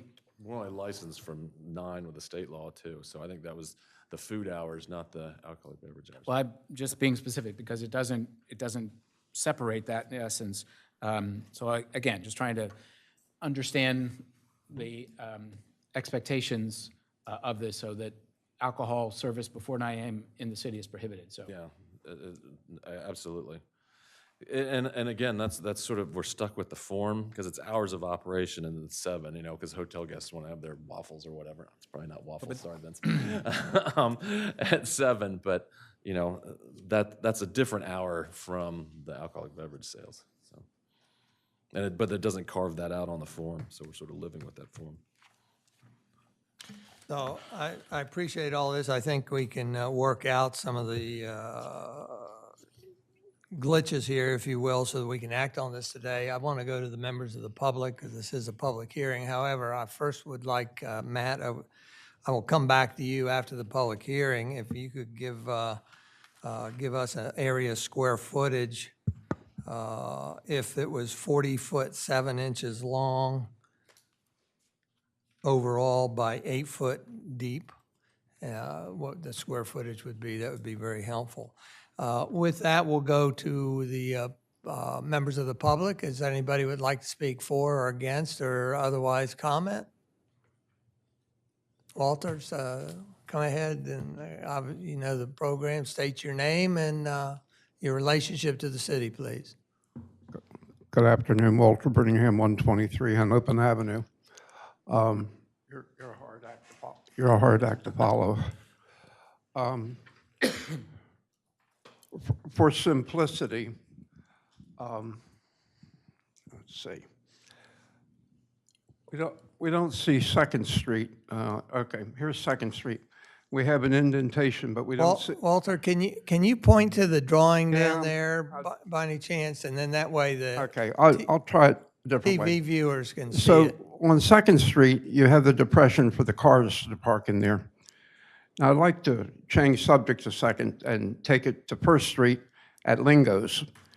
And when you go down in front of the Lingo's store, for lack of better words, Ms. Lingo had planter barrels up against the building. And then on the other side of it, of the sidewalk, there were benches and there were trash cans. So we see nothing as far as how at Second Street shown on the picture, when the vehicles pull in and somebody opens the door, that sidewalk becomes narrow pretty quick.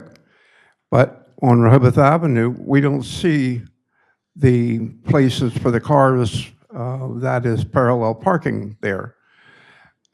We also don't see the benches that the city is going to put out there or the trash cans. And I'm just, all due respect to Vince, the sidewalk as wide as it is, it brings it down to 11 foot before you have doors swinging open when somebody's pulled in front there. And that's got nothing to do with the people going by with carriages and stuff like that. So if you were of a motivation to approve some of this stuff, you have to remember what's not shown in the picture. Not to be smart, but we don't get much enforcement downtown, and then you have all the bicycles that operate on the sidewalk. So just because it shows as being open, it isn't. That's before you have people walking two ways and everybody else there. The other thing is, what are these little asterisks? Are they planters where you, shown out in front of the kitchen and at the front door, because they become out onto the sidewalk also? What are they, Vince? If I'm allowed to ask you, the two little, are they planters? I'm not sure. Those are just illustrative at this point. That doesn't really have anything to do with. I'm sorry, I didn't get an answer on that. Yeah, they're just illustrative. I'm not sure, and I don't think that really has anything to do with the hearing today, actually.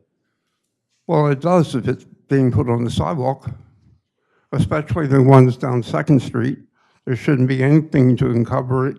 If any of you were walk down First Street by Lingo's, you're weaving in and out of the people standing there at the ice cream shop and stuff like that. And I just think there needs to be some guarantees that the sidewalk is going to stay open. Thank you. Thank you. Also, there's a principal stormwater drain comes out of the front of the building. Where does that come out? Drain is the roof. It's like 6 inches. It's an emergency. It's an emergency drain. It only drains in the event of an emergency. There is no roof drain. Sorry, excuse me. It is an emergency drain. It is not a roof drain. Okay. Thank you. Thank you, Walter. If I could respond to that real quickly, because there's no parallel parking in this section of, at that corner. It doesn't actually start till about halfway down the hotel building. and there's plenty of room because and we walked it, I know, with the city manager. The benches are actually out. If there was parallel parking, it would be on the street side of that parallel parking space, if you can envision that within the sidewalk. There's plenty of space there to allow pedestrians to go by, probably more so than any other outdoor seating area in the city that's further up on Rehoboth Avenue. Benches there? There's I can't pinpoint, there is a bench there, but that's, again, further out than the parallel parking is further west in front of the facade of the place. So, I just think the sidewalk should stay as open as it can. Thank you. Thank you. I'll just make note that I think you say, it says 11-foot 0 PAR. That's a pedestrian access route, and the minimum required in that area, third block, is 7 feet. So 7, 8, 9, 10, 11, you got 4 extra feet there. But and it will shrink some because we're going to pull that barrier back in. And then actually, you're right. Yeah, so you've got Another 2.5 feet. another 2.5 feet, right? So, but it's going to preclude benches and trash cans if you're No, it getting won't. down to 7 foot. No, pedestrian access route does not include the closest area to the curbing. So there is extra area there, but I hear you.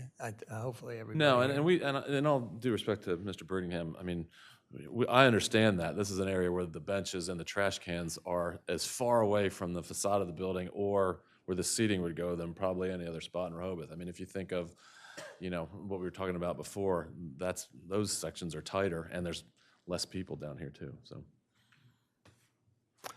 Anybody else, members of the public? Yeah, we'll let you get on there. Let's see if there's anybody else. Vince, hang tight, Vince. Any other members of the public like to speak? Carol, did you want to speak? Carol's next.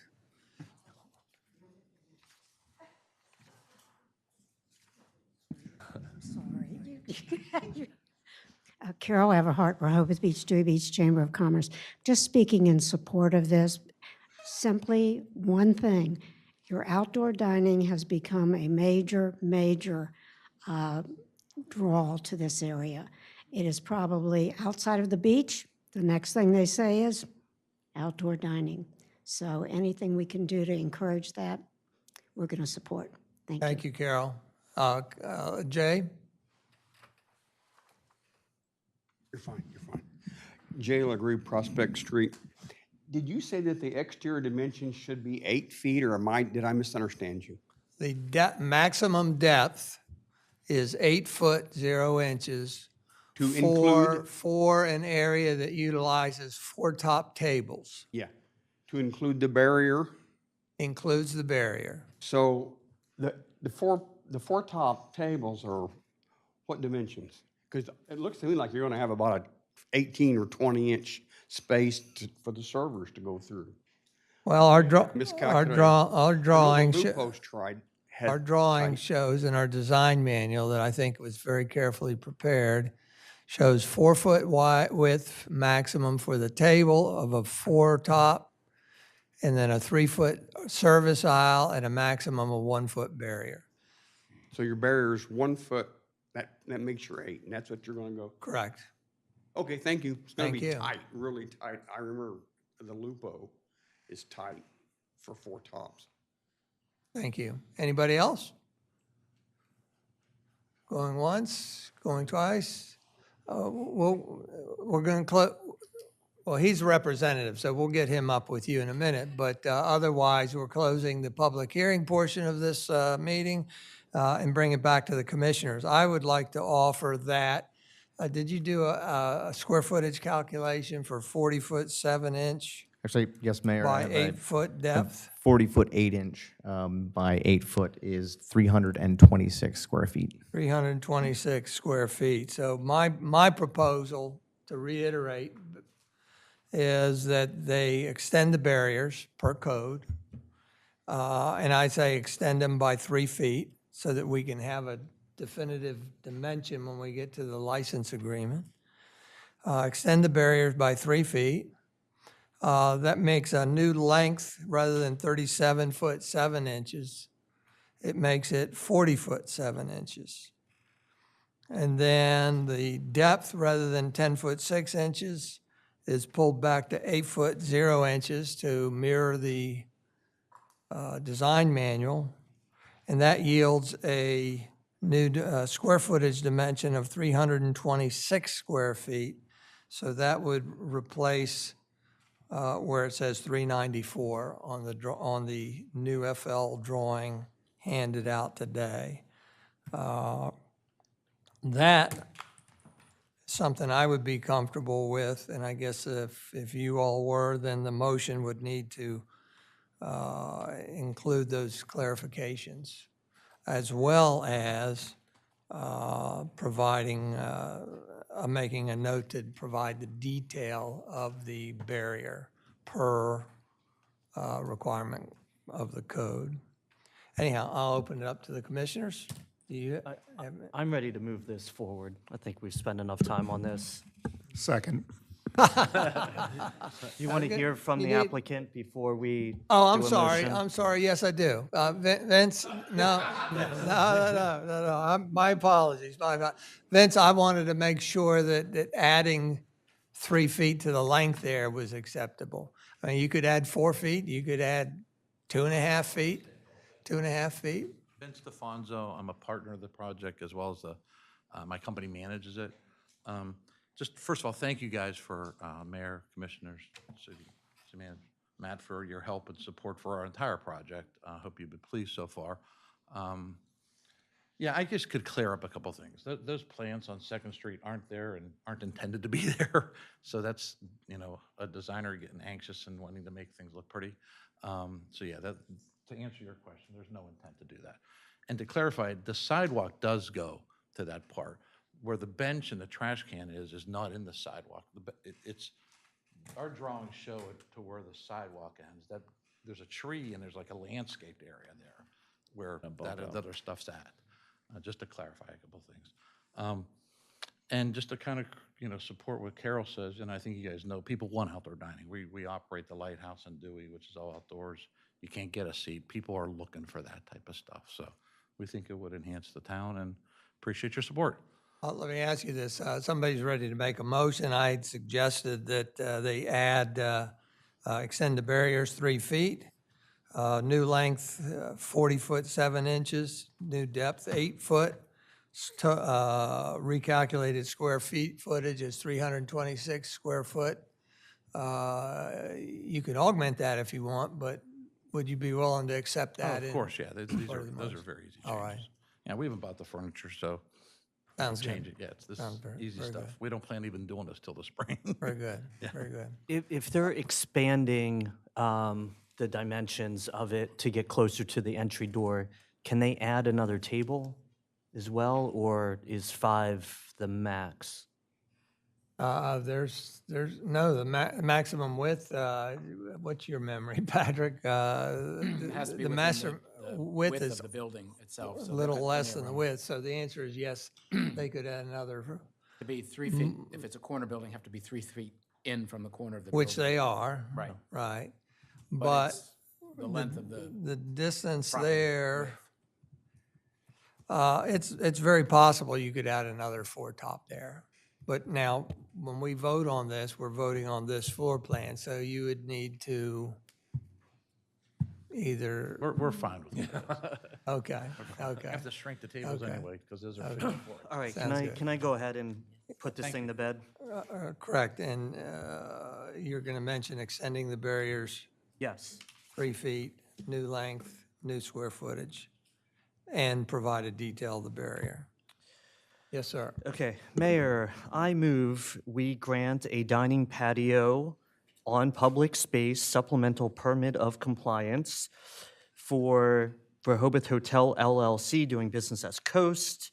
I find the following to be true, that the proper application for a dining patio on public space supplemental permit of compliance has been filed, that the proper fee has been paid, that the proper notifications have been made, that all parties wishing to be heard have been heard, that the primary purpose is that of a restaurant based on their application and menu, that the dining patio on public space meets the city's applicable zoning and licensing provisions, that the dining patio on public space would not be a detriment to the peace, order, and quiet of the neighborhood and the city, that the dining patio on public space will not have an adverse impact on the neighboring properties or on the city of Rehoboth Beach, considering the impact on traffic, parking, and noise, that the applicant has made no false statements to the city employees or the commissioners.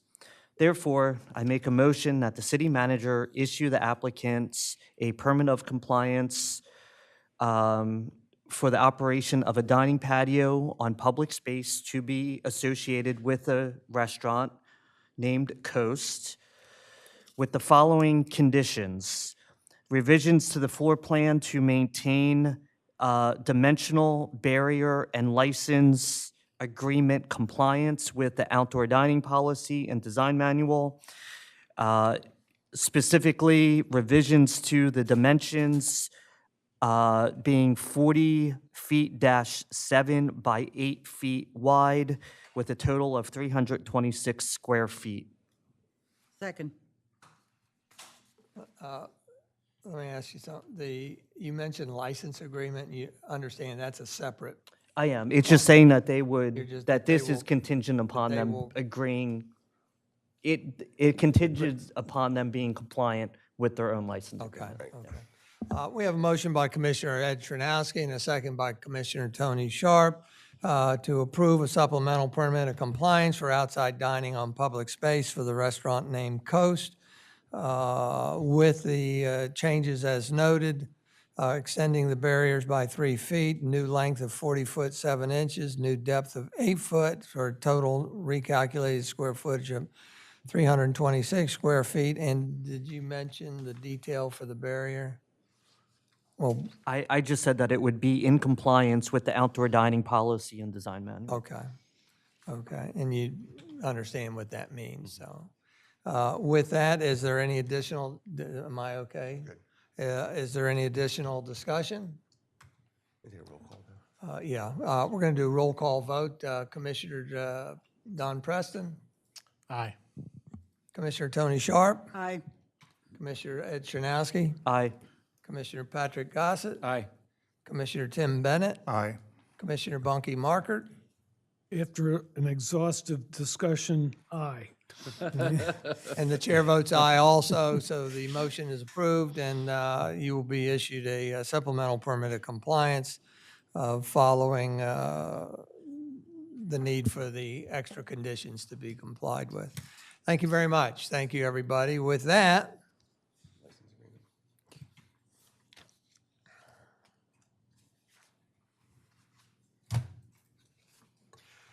our next item of business is B, under the same topic. Consider authorizing a license agreement for a dining patio to be located on public space for Sirocco Restaurant, located at 123 2nd Street. Glenn, do you want to, let me see something here. I want to flip to the license agreement somewhere down here.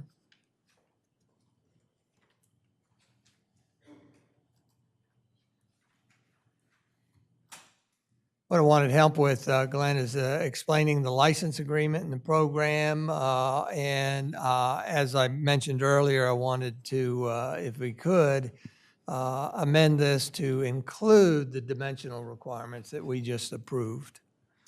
Thanks, Mayor. So this is the license agreement that would be necessary to operate the outdoor dining on public space.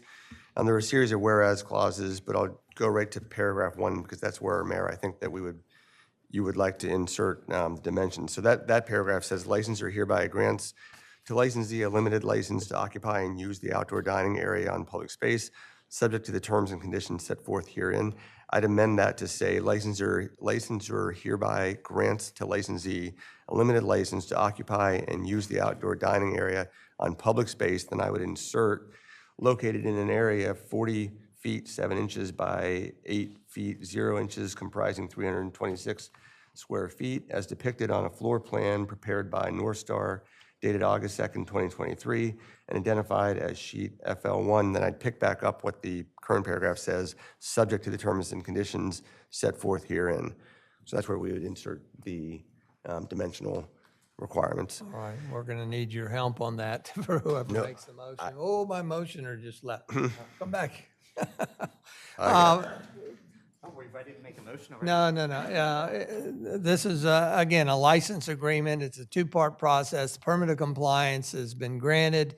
The second process is to act on a request for a license agreement. The license agreement is to be able to use public space in this condition, circumstance, for the outside dining patio. Obviously, we've just conducted the favorable permit of compliance. We've changed the dimensions, and the desire here is just to be able to articulate those dimensions in the license agreement so that it stays with it forever. We don't lose it.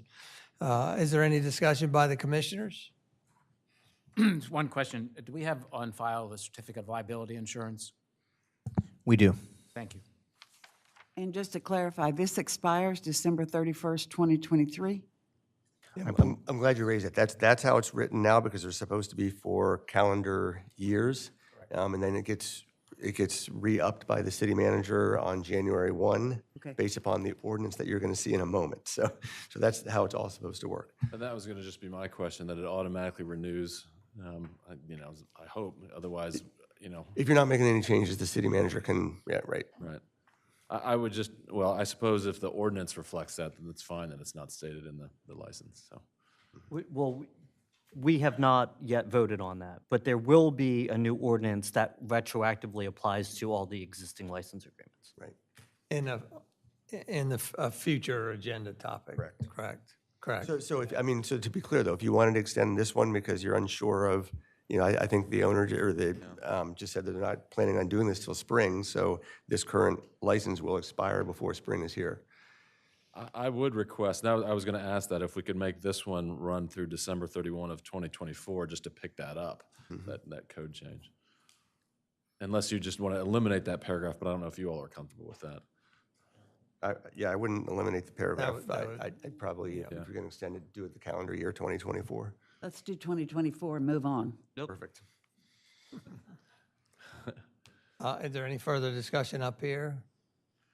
I'd like to go to the members of the public. Does anybody have any comments specific to this topic, which is authorizing a license agreement to use that public space? If not, I'll bring it back to the commissioners. I entertain a motion. And feel free to refer to Glenn to reiterate what the amendments are to that motion. Glenn, could you specify where in the? Sure. So Commissioner, the motion would be to grant the license as presented with the following edits. Yeah, no, I understand that, but where in the license agreement does it talk about dimensions or? That's what I was going to just. We don't. You stepped out when we talked about that. So It doesn't. So I asked him to add it.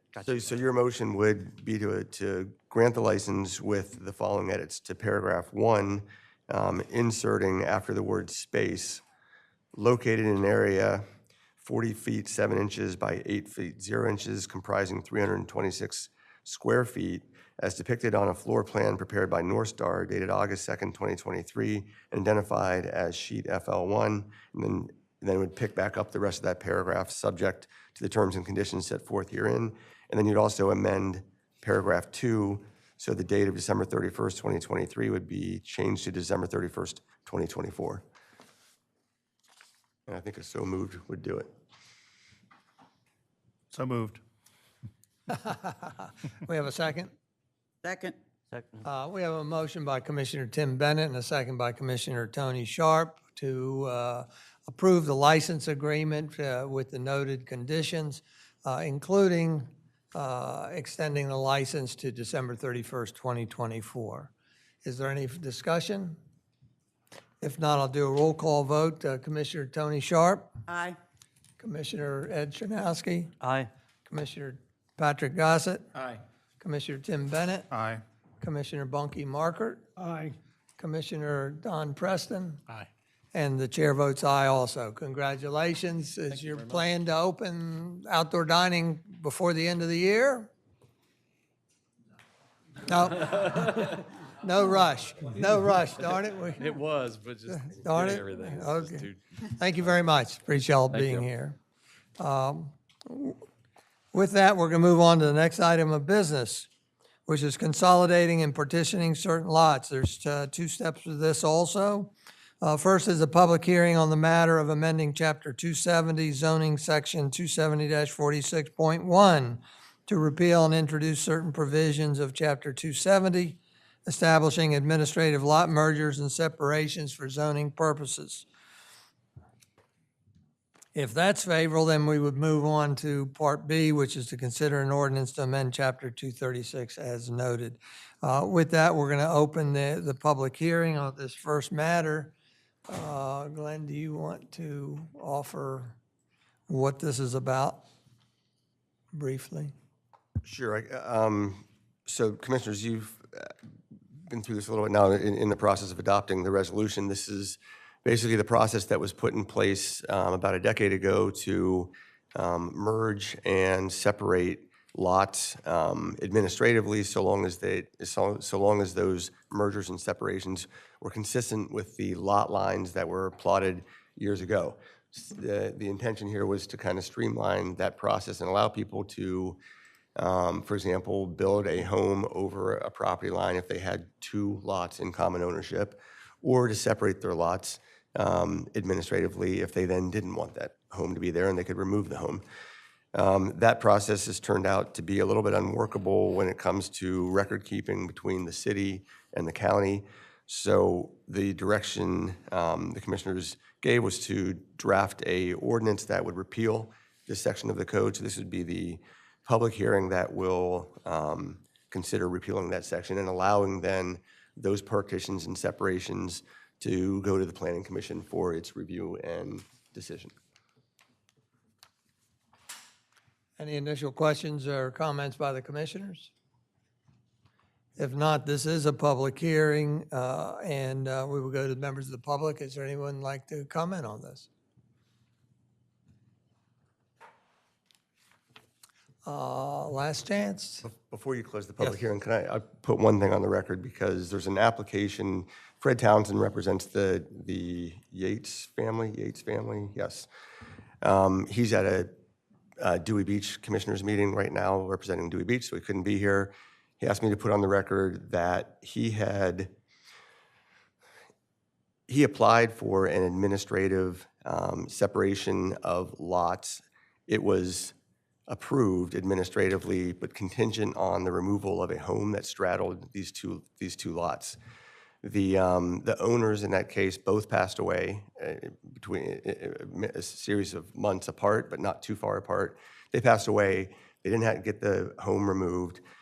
Mr. Townsend put in a request for an extension of that approval so that the family now could remove the home and separate those lots. But because this matter was pending before you all, it was not administratively approved because you're working on this ordinance now. So he asked that I put that on the record. I don't know that it requires any action by you, but it's on the record for what it's worth. Very good. Is there any member of the public that would like to? Okay, well, we'll close the public portion of this. This has been something that actually I think has been in front of us for over a year. We've talked about it multiple times. We've tried to make it work. I was one of the authors, so I'm rather keen on it. However, I can recognize failure at some point. It's just not working and hadn't been working, mostly because of the relationship we have with the county, and they deal with records separately, as Glenn articulated. So with that, is there any further discussion up here? Then I would entertain a motion.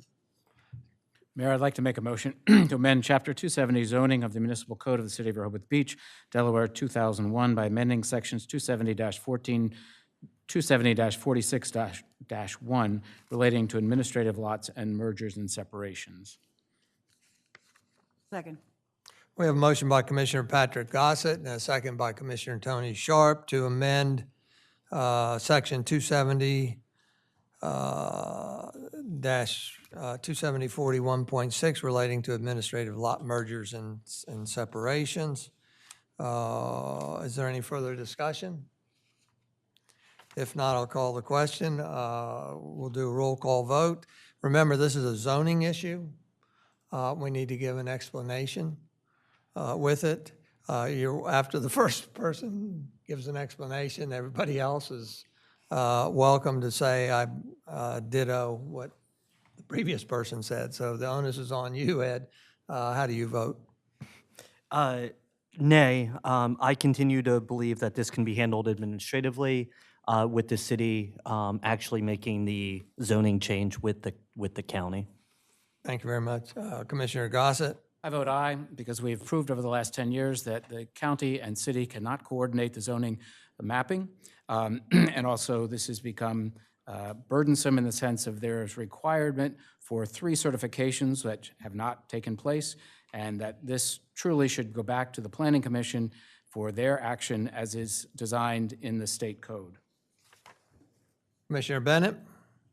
I vote aye for reasons as stated by Commissioner Gossett. Commissioner Markert? I vote aye for reasons that Commissioner Gossett articulated. Commissioner Don Preston? I vote aye for reasons stated by Commissioner Gossett. Commissioner Tony Sharp? Aye, same. And the chair votes aye also for the reasons articulated by Commissioner Gossett. I would say, again, as author or co-author of that, I was very disappointed we couldn't make it work, couldn't fix it. Because I agree, it was a much easier, simpler, cleaner process for me.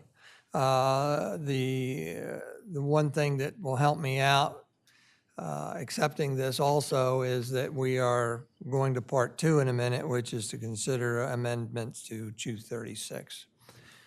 With that, the motion carries 6-1. I want to thank everybody for that. We're going to move on to the next item of business, which is part B of this, is because now we're in limbo. We have no process, correct? So we need to do this. Consider an ordinance to amend 236, subdivision of land and site plan review sections, 236-4, 236-8.1, 236-10, 236-28, and 236-29 relating to consolidating and partitioning certain lots. Glenn, can you give us a summary or synopsis? Sure, Mayor. This ordinance, there's nothing in our code in Chapter 236 that actually addresses the consolidation of lots. So we wanted to clarify that consolidation of lots go to the Planning Commission, just like separations or partitions or subdivisions of lots go to the Planning Commission.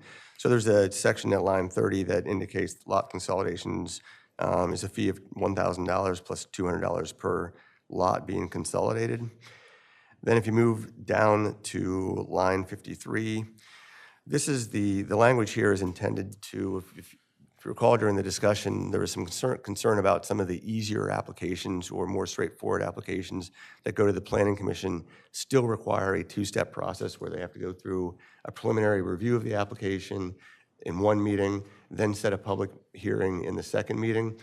These provisions allow the chair of the Planning Commission, if it's one of those straightforward applications, to put a public hearing directly on the agenda without first going through that preliminary review meeting. So it's in limited circumstances, but it does give that flexibility so that an application could be heard and determined in a single meeting. And the rest of it all the way through is just, again, clarifying that consolidations of lots also go to the Planning Commission. And that's really the brunt of the ordinance, Mayor.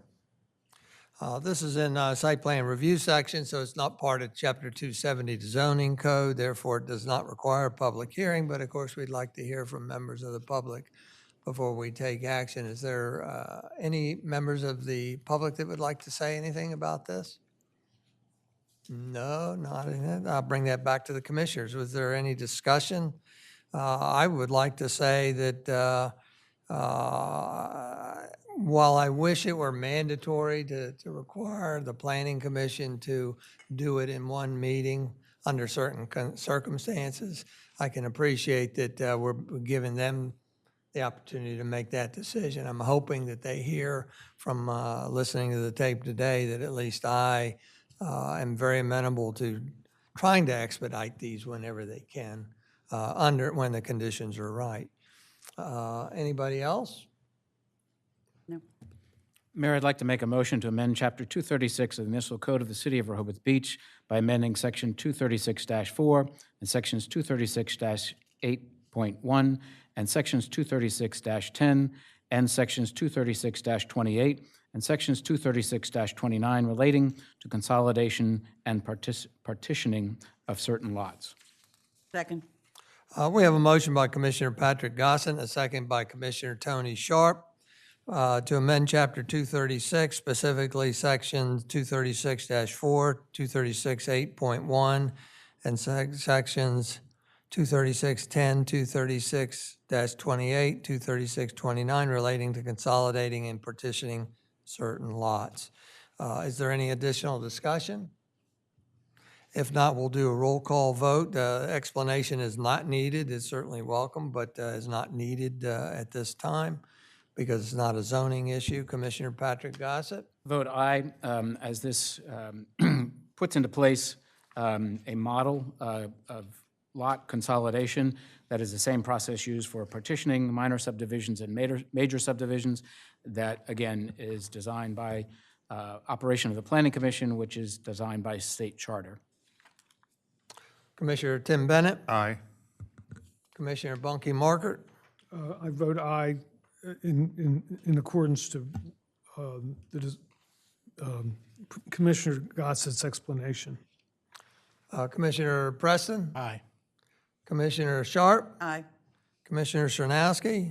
Aye, and I hope the Planning Commission hears what you said, Mayor, about expediting these and hopefully doing them in one meeting.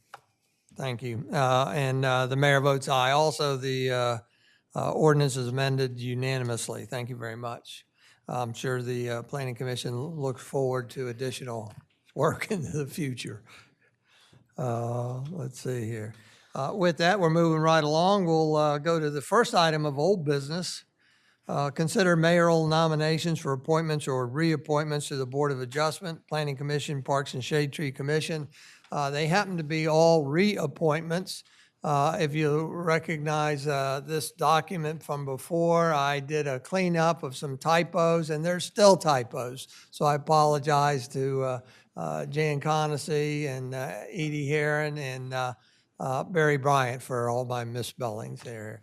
The slate I am nominating for consideration by the commissioners, again, are all reappointments.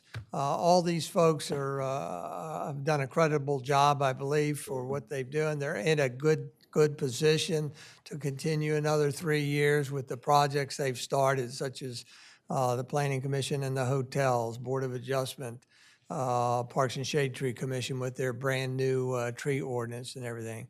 So the nominees in the slate would be Michael Bryan, Julie Davis, and Jim Ellison for the Planning Commission. For the Board of Adjustment, Jan Conacy and Mark Saunders. Parks and Shade Tree Commission, Katie or Catherine Downs, and Marty Marino. Again, this was presented, introduced at the last meeting. There didn't seem to be any questions or concerns. So at this point, I would entertain a motion to approve the slate of mayor's nominations before us. So moved. Second. We have a motion by Commissioner Ed Chernowski and a second by Commissioner Tony Sharp to approve the slate of mayoral nominations for reappointment to the Planning Commission, Board of Adjustment, and Parks and Shade Tree Commission. Is there any further discussion? If not, we'll do a vote by group. All those in favor signify by saying aye. Aye. Those opposed? None, and the motion's carried unanimously. Congratulations to the reappointees, Jan and others.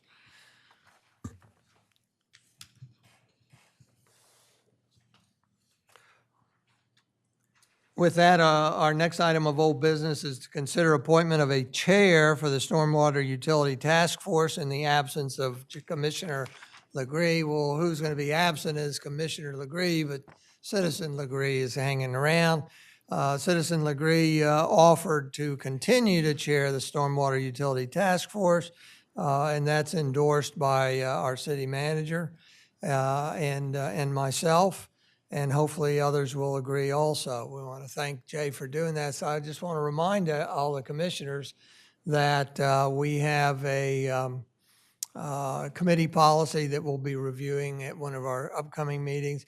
Committee policy says that committees, task forces, are to be chaired by a sitting commissioner.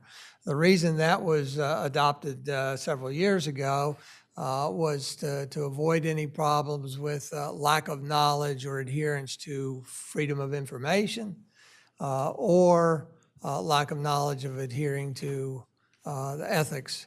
And there is precedent set for a citizen chairing a meeting, and that was actually set by me, former Mayor Paul Coons. When I was a citizen, had me chair the Boardwalk and Beach Committee at that time, citing the reasoning that, well, I had experience in ethics in FOIA and would likely run a legal meeting. And I have that same confidence with Commissioner Lagree, or former Commissioner Lagree. With that, is there any discussion among the commissioners up here? Mayor, I move we appoint Citizen Lagree to continue as chair of the Stormwater Utility Task Force. Second. So there's no term limits. It's no term limits. It's until the job's done. Perpetuity. So we have a motion by Commissioner Ed Chernowski and a second by Commissioner Patrick Gossett to appoint Citizen Jay Lagree as continuing in his position of chair of the Stormwater Utility Task Force. Is there any discussion? If not, then all those in favor signify by saying aye. Aye. Those opposed? And the appointment is made unanimously. Thank you very much, Jay. We look forward to.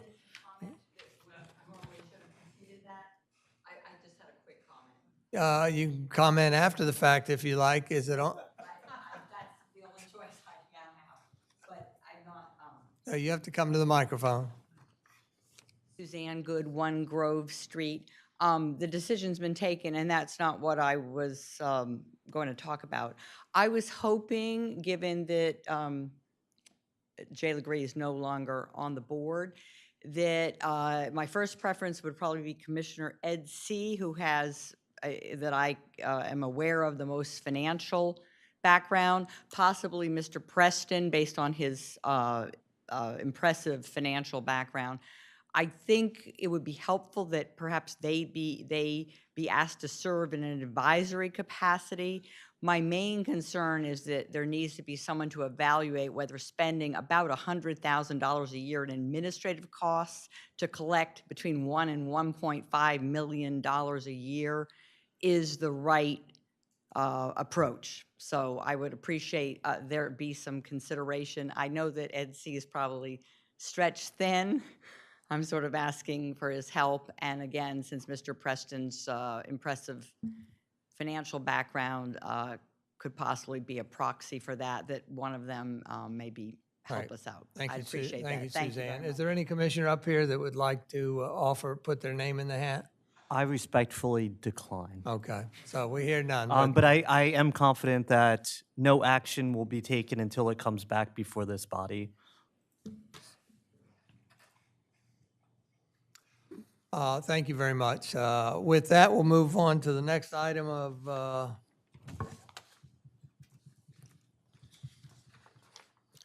old business, which is item C, consider a resolution to set a public hearing to amend Chapter 270 zoning Article 7, signs pertaining to definitions for canopy and marquee signs.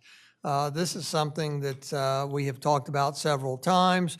We're at the point where we want to consider voting and scheduling a public hearing in this matter, again, because it's in Chapter 270 of the zoning. Evan, do you want to offer anything or the synopsis. We'll just go to the synopsis real quick. This ordinance adds definitions for canopy and marquee signs to 27056 definitions and adds requirements for canopy and marquee signs under 27066 regulations applicable in commercial states. Is there any comment by the commissioners before I go to the public? Mayor, the only thing that I would ask is that when we consider this, whenever the hearing is done, that we also, as part of this, update the 270-60 table of signs to include the type of signs, canopy and marquee, which currently do not exist in that list. So we need to develop those and attach that as part of this. Correct. Okay, very good. We can do that. In the meantime, we'll go to the members of the public. We're going to have time when we go to public hearing. Nobody? In that case, I would, I don't know where I just went. My finger wants to do its own thing. So, anyhow, I would ascertain a motion to set a public hearing in this matter for 20th October. 20th day of October at 2:00 p.m. So moved. Second. We have a motion by Commissioner Patrick Gossett and a second by Commissioner Tony Sharp to adopt a resolution proposing that a public hearing be held on the subject of amending the municipal code, sections 270-56 and 270-66 relating to canopy and marquee sign definitions and requirement, setting the day of the public hearing to be 20th day of October 2023 at 2:00 p.m. Is there any further discussion? No. If not, all those in favor of the adoption of the resolution signify by saying aye. Aye. Those opposed, and the motion is adopted unanimously. Thank you very much. With that, we move right along to next item of old business D, consider an ordinance to amend Chapter 215 Restaurants of the Municipal Code of the City of Rehoboth Beach, 2001, by amending sections 215-23, 215-24, and 215-26 relating to license applications and fees for license applications for outdoor dining on public space. This is something that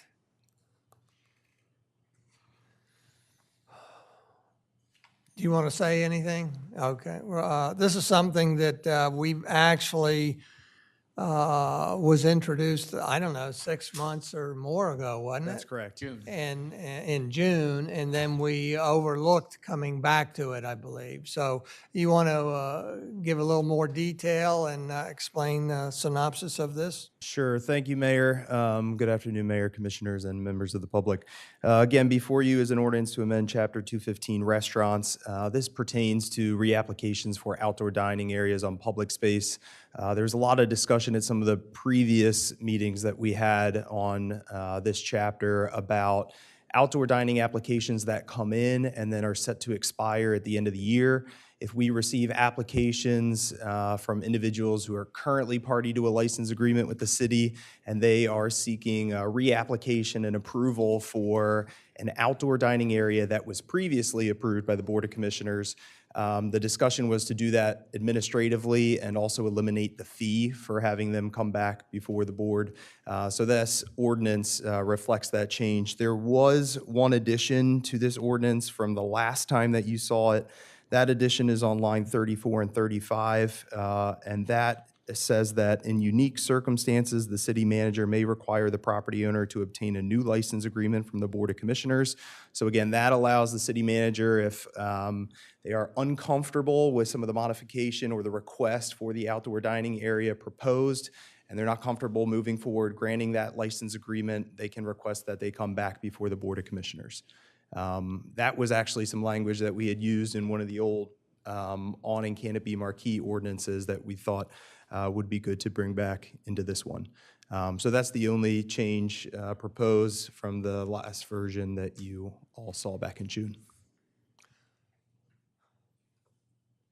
So again, the synopsis is that this ordinance revises Chapter 215 restaurants for the purpose of expediting the reapplication process for certain outdoor dining areas on public space that have previously been approved by the Board of Commissioners. Correct. So again, this is not new. It's been on our plate for a little while.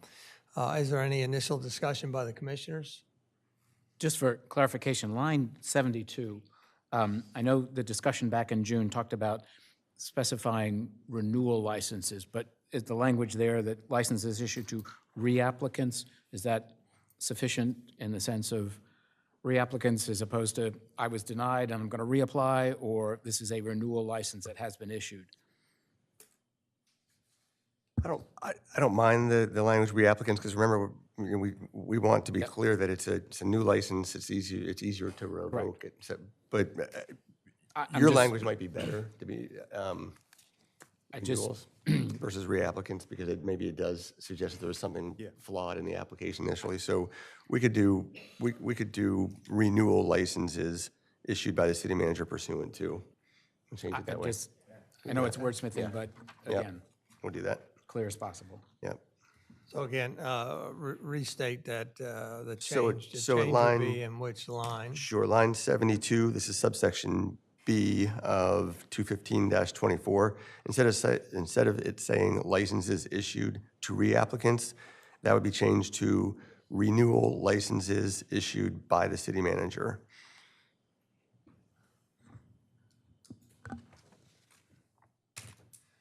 Is there any other discussion by the commissioners before I go to the public? No.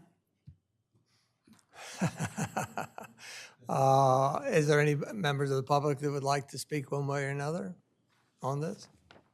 Don't want to rush you. Okay. With that, I would entertain a motion to amend Chapter 215 as noted. Mayor, I move to approve the ordinance to amend Chapter 215 as noted, with one modification to Section 215-24 fees, Section B, to read renewal licenses issued to applicant by city manager. Second. License issued. You added a word. Right, don't use the reapplicants word again, just say renewal licenses issued by the city manager pursuant to subsection, so that we take the word reapplicants out of there. Okay, I'm going to state that again. 215-24B will read renewal licenses issued by the city manager. Correct. Second. We have a motion by Commissioner Ed Chernowski and a second by Commissioner Tony Sharp to amend Chapter 215, specifically amending Sections 215-23, 215-24, 215-26, relating to license applications and fees for license applications for outdoor dining on public space. Is there any additional discussion? If not, all those in favor signify by saying aye. Aye. Aye. And those opposed? None, and this motion is carried unanimously. Thank you very much. Moving right along, next item of old business. Consider award of contract for LED retrofit project on Rehoboth Avenue. Kevin Williams, Public Works Supervisor. Do you want something on the screen? Please, Mayor. Do you have it, or you want me to do it? I have it. Okay.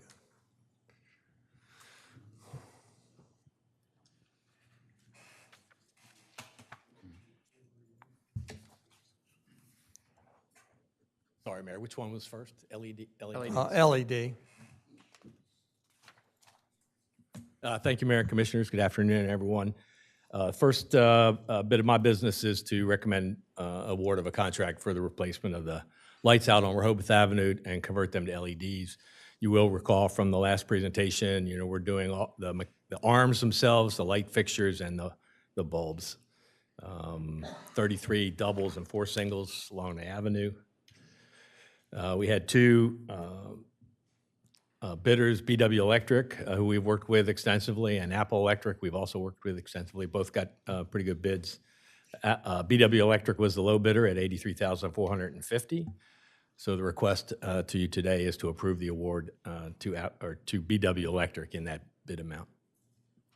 Mayor, I move we approve award of Rehoboth Avenue LED conversion project to BW Electric Incorporated in the amount of $83,450. Second. We have a motion by Commissioner Srnowski and a second by Commissioner Patrick Gossett to approve award of the Rehoboth Avenue LED conversion project to BW Electric, Inc. in the amount of $83,450. Before we go to a vote, I'd like to go to the members of the public. Jan, you want to? Jan Conacy, 42 Oak Avenue. I just had a question. Will those lights be dark sky compliant?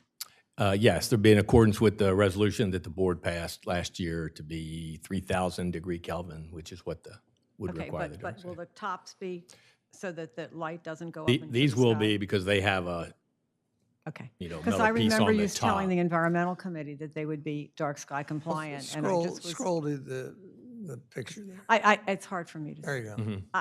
It's hard for me to see it, but I trust you that you're telling me. Well, our resolution said that in the future, what government lights or whatever word we use had to be dark sky-like, not necessarily compliant, but dark sky-like, and these fulfill that. These correct? are, right. Okay, thank you. Thank you. Thank you, I Jan. believe, Kevin, you also said we have the ability to dim those. We do. Right, Yeah. okay.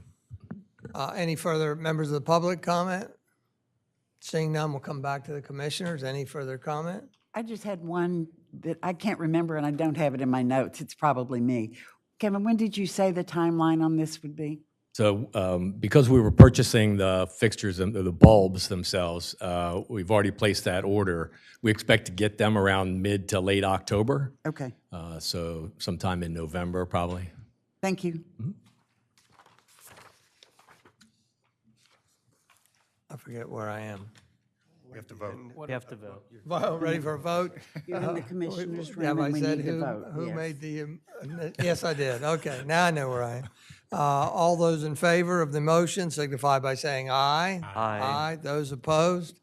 None, and the motion is carried unanimously. Thank you very much. With that, Kevin will go to the next item of business, which is considering award of contract for the annual water meter replacement program.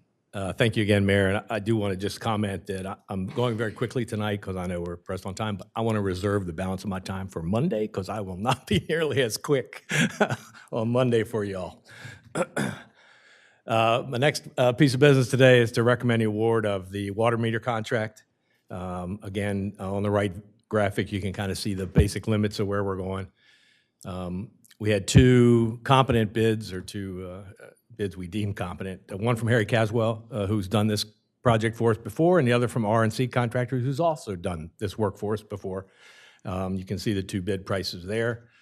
So our recommendation to the board today is to approve the award of the contract to Harry Caswell in that low bid amount of $77,017.50. Thank you. Let's go to the members of the public first this time. Yes, ma'am. Tell us who you are. Jan Conacy, 42 Oak Avenue.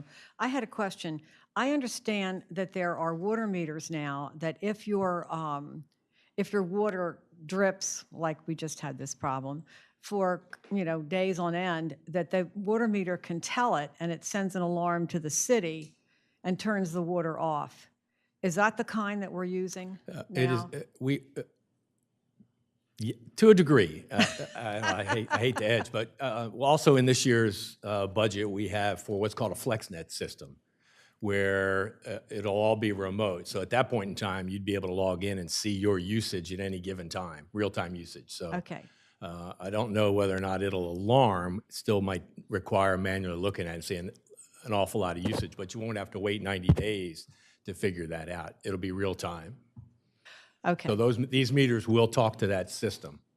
Okay, but there isn't anything that automatically turns it off if they see something.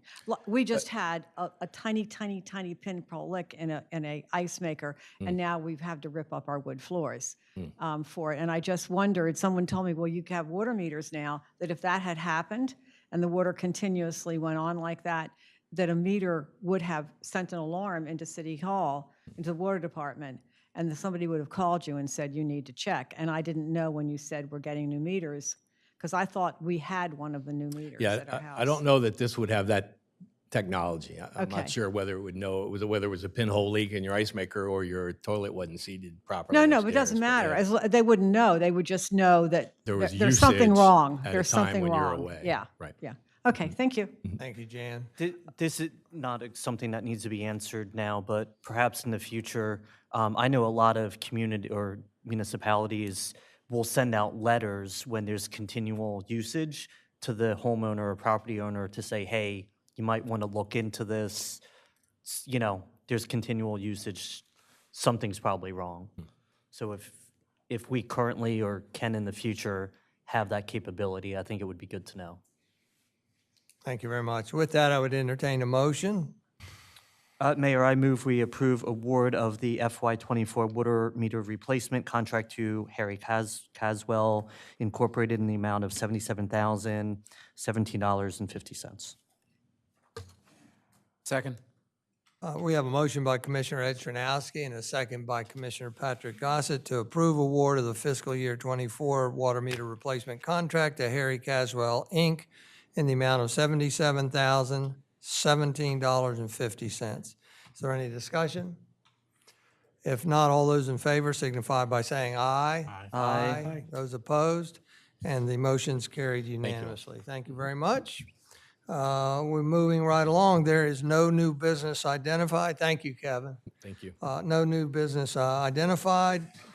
I don't have any commissioner announcements or comments. Does anybody here? Nope. With that, review future meeting dates. Monday, September 18th, 1:30 to 3 o'clock is a Board of Commissioners orientation. The public is welcome to attend. On Monday, the October 19th, reminder that that is Columbus Day, and therefore the workshop will be pushed back to Tuesday, October 10th. I said Monday, October 19th. It's October 9th is Columbus Day. Workshop is Tuesday, October 10 at 9 a.m. with a special meeting likely at 2 o'clock in the afternoon.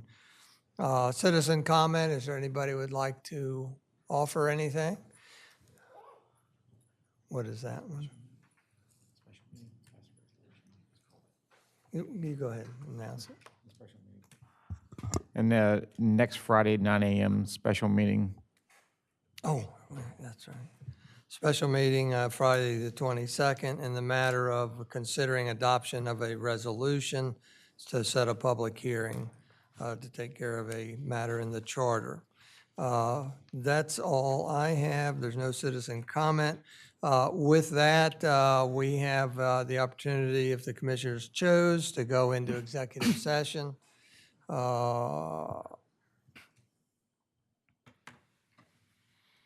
Like to entertain a motion to go into executive session. I think we have to. Mayor, I'd like to make a motion to go into executive session for the purpose of discussing the qualifications of individual candidates for employment as a Rehoboth Beach City Manager as permitted by 29 Del C Section 1004B1, and for the purpose of discussing personnel matters in which the names, competency, and abilities of individuals' employees are discussed as permitted by 29 Del C Section 1004B9. I want to remind, we'll vote. Second. We'll vote first. We have a motion by Commissioner Patrick Gossett and a second by Commissioner Ed Chernowski to go into executive session for the purposes outlined in the agenda and just now articulated. Is there any discussion? If not, all those in favor signify by saying aye. Aye. Those opposed? And the motion, we are going into executive session. Just for the members of the public, we're going to go into the caucus room. We don't expect to take any action. We do have to come back into public session to be able to adjourn. If at that time we were ready to take action on something, then that's what it would happen, but it would be in public session. Again, I don't expect anything right at this time. And with that, thank you all very much.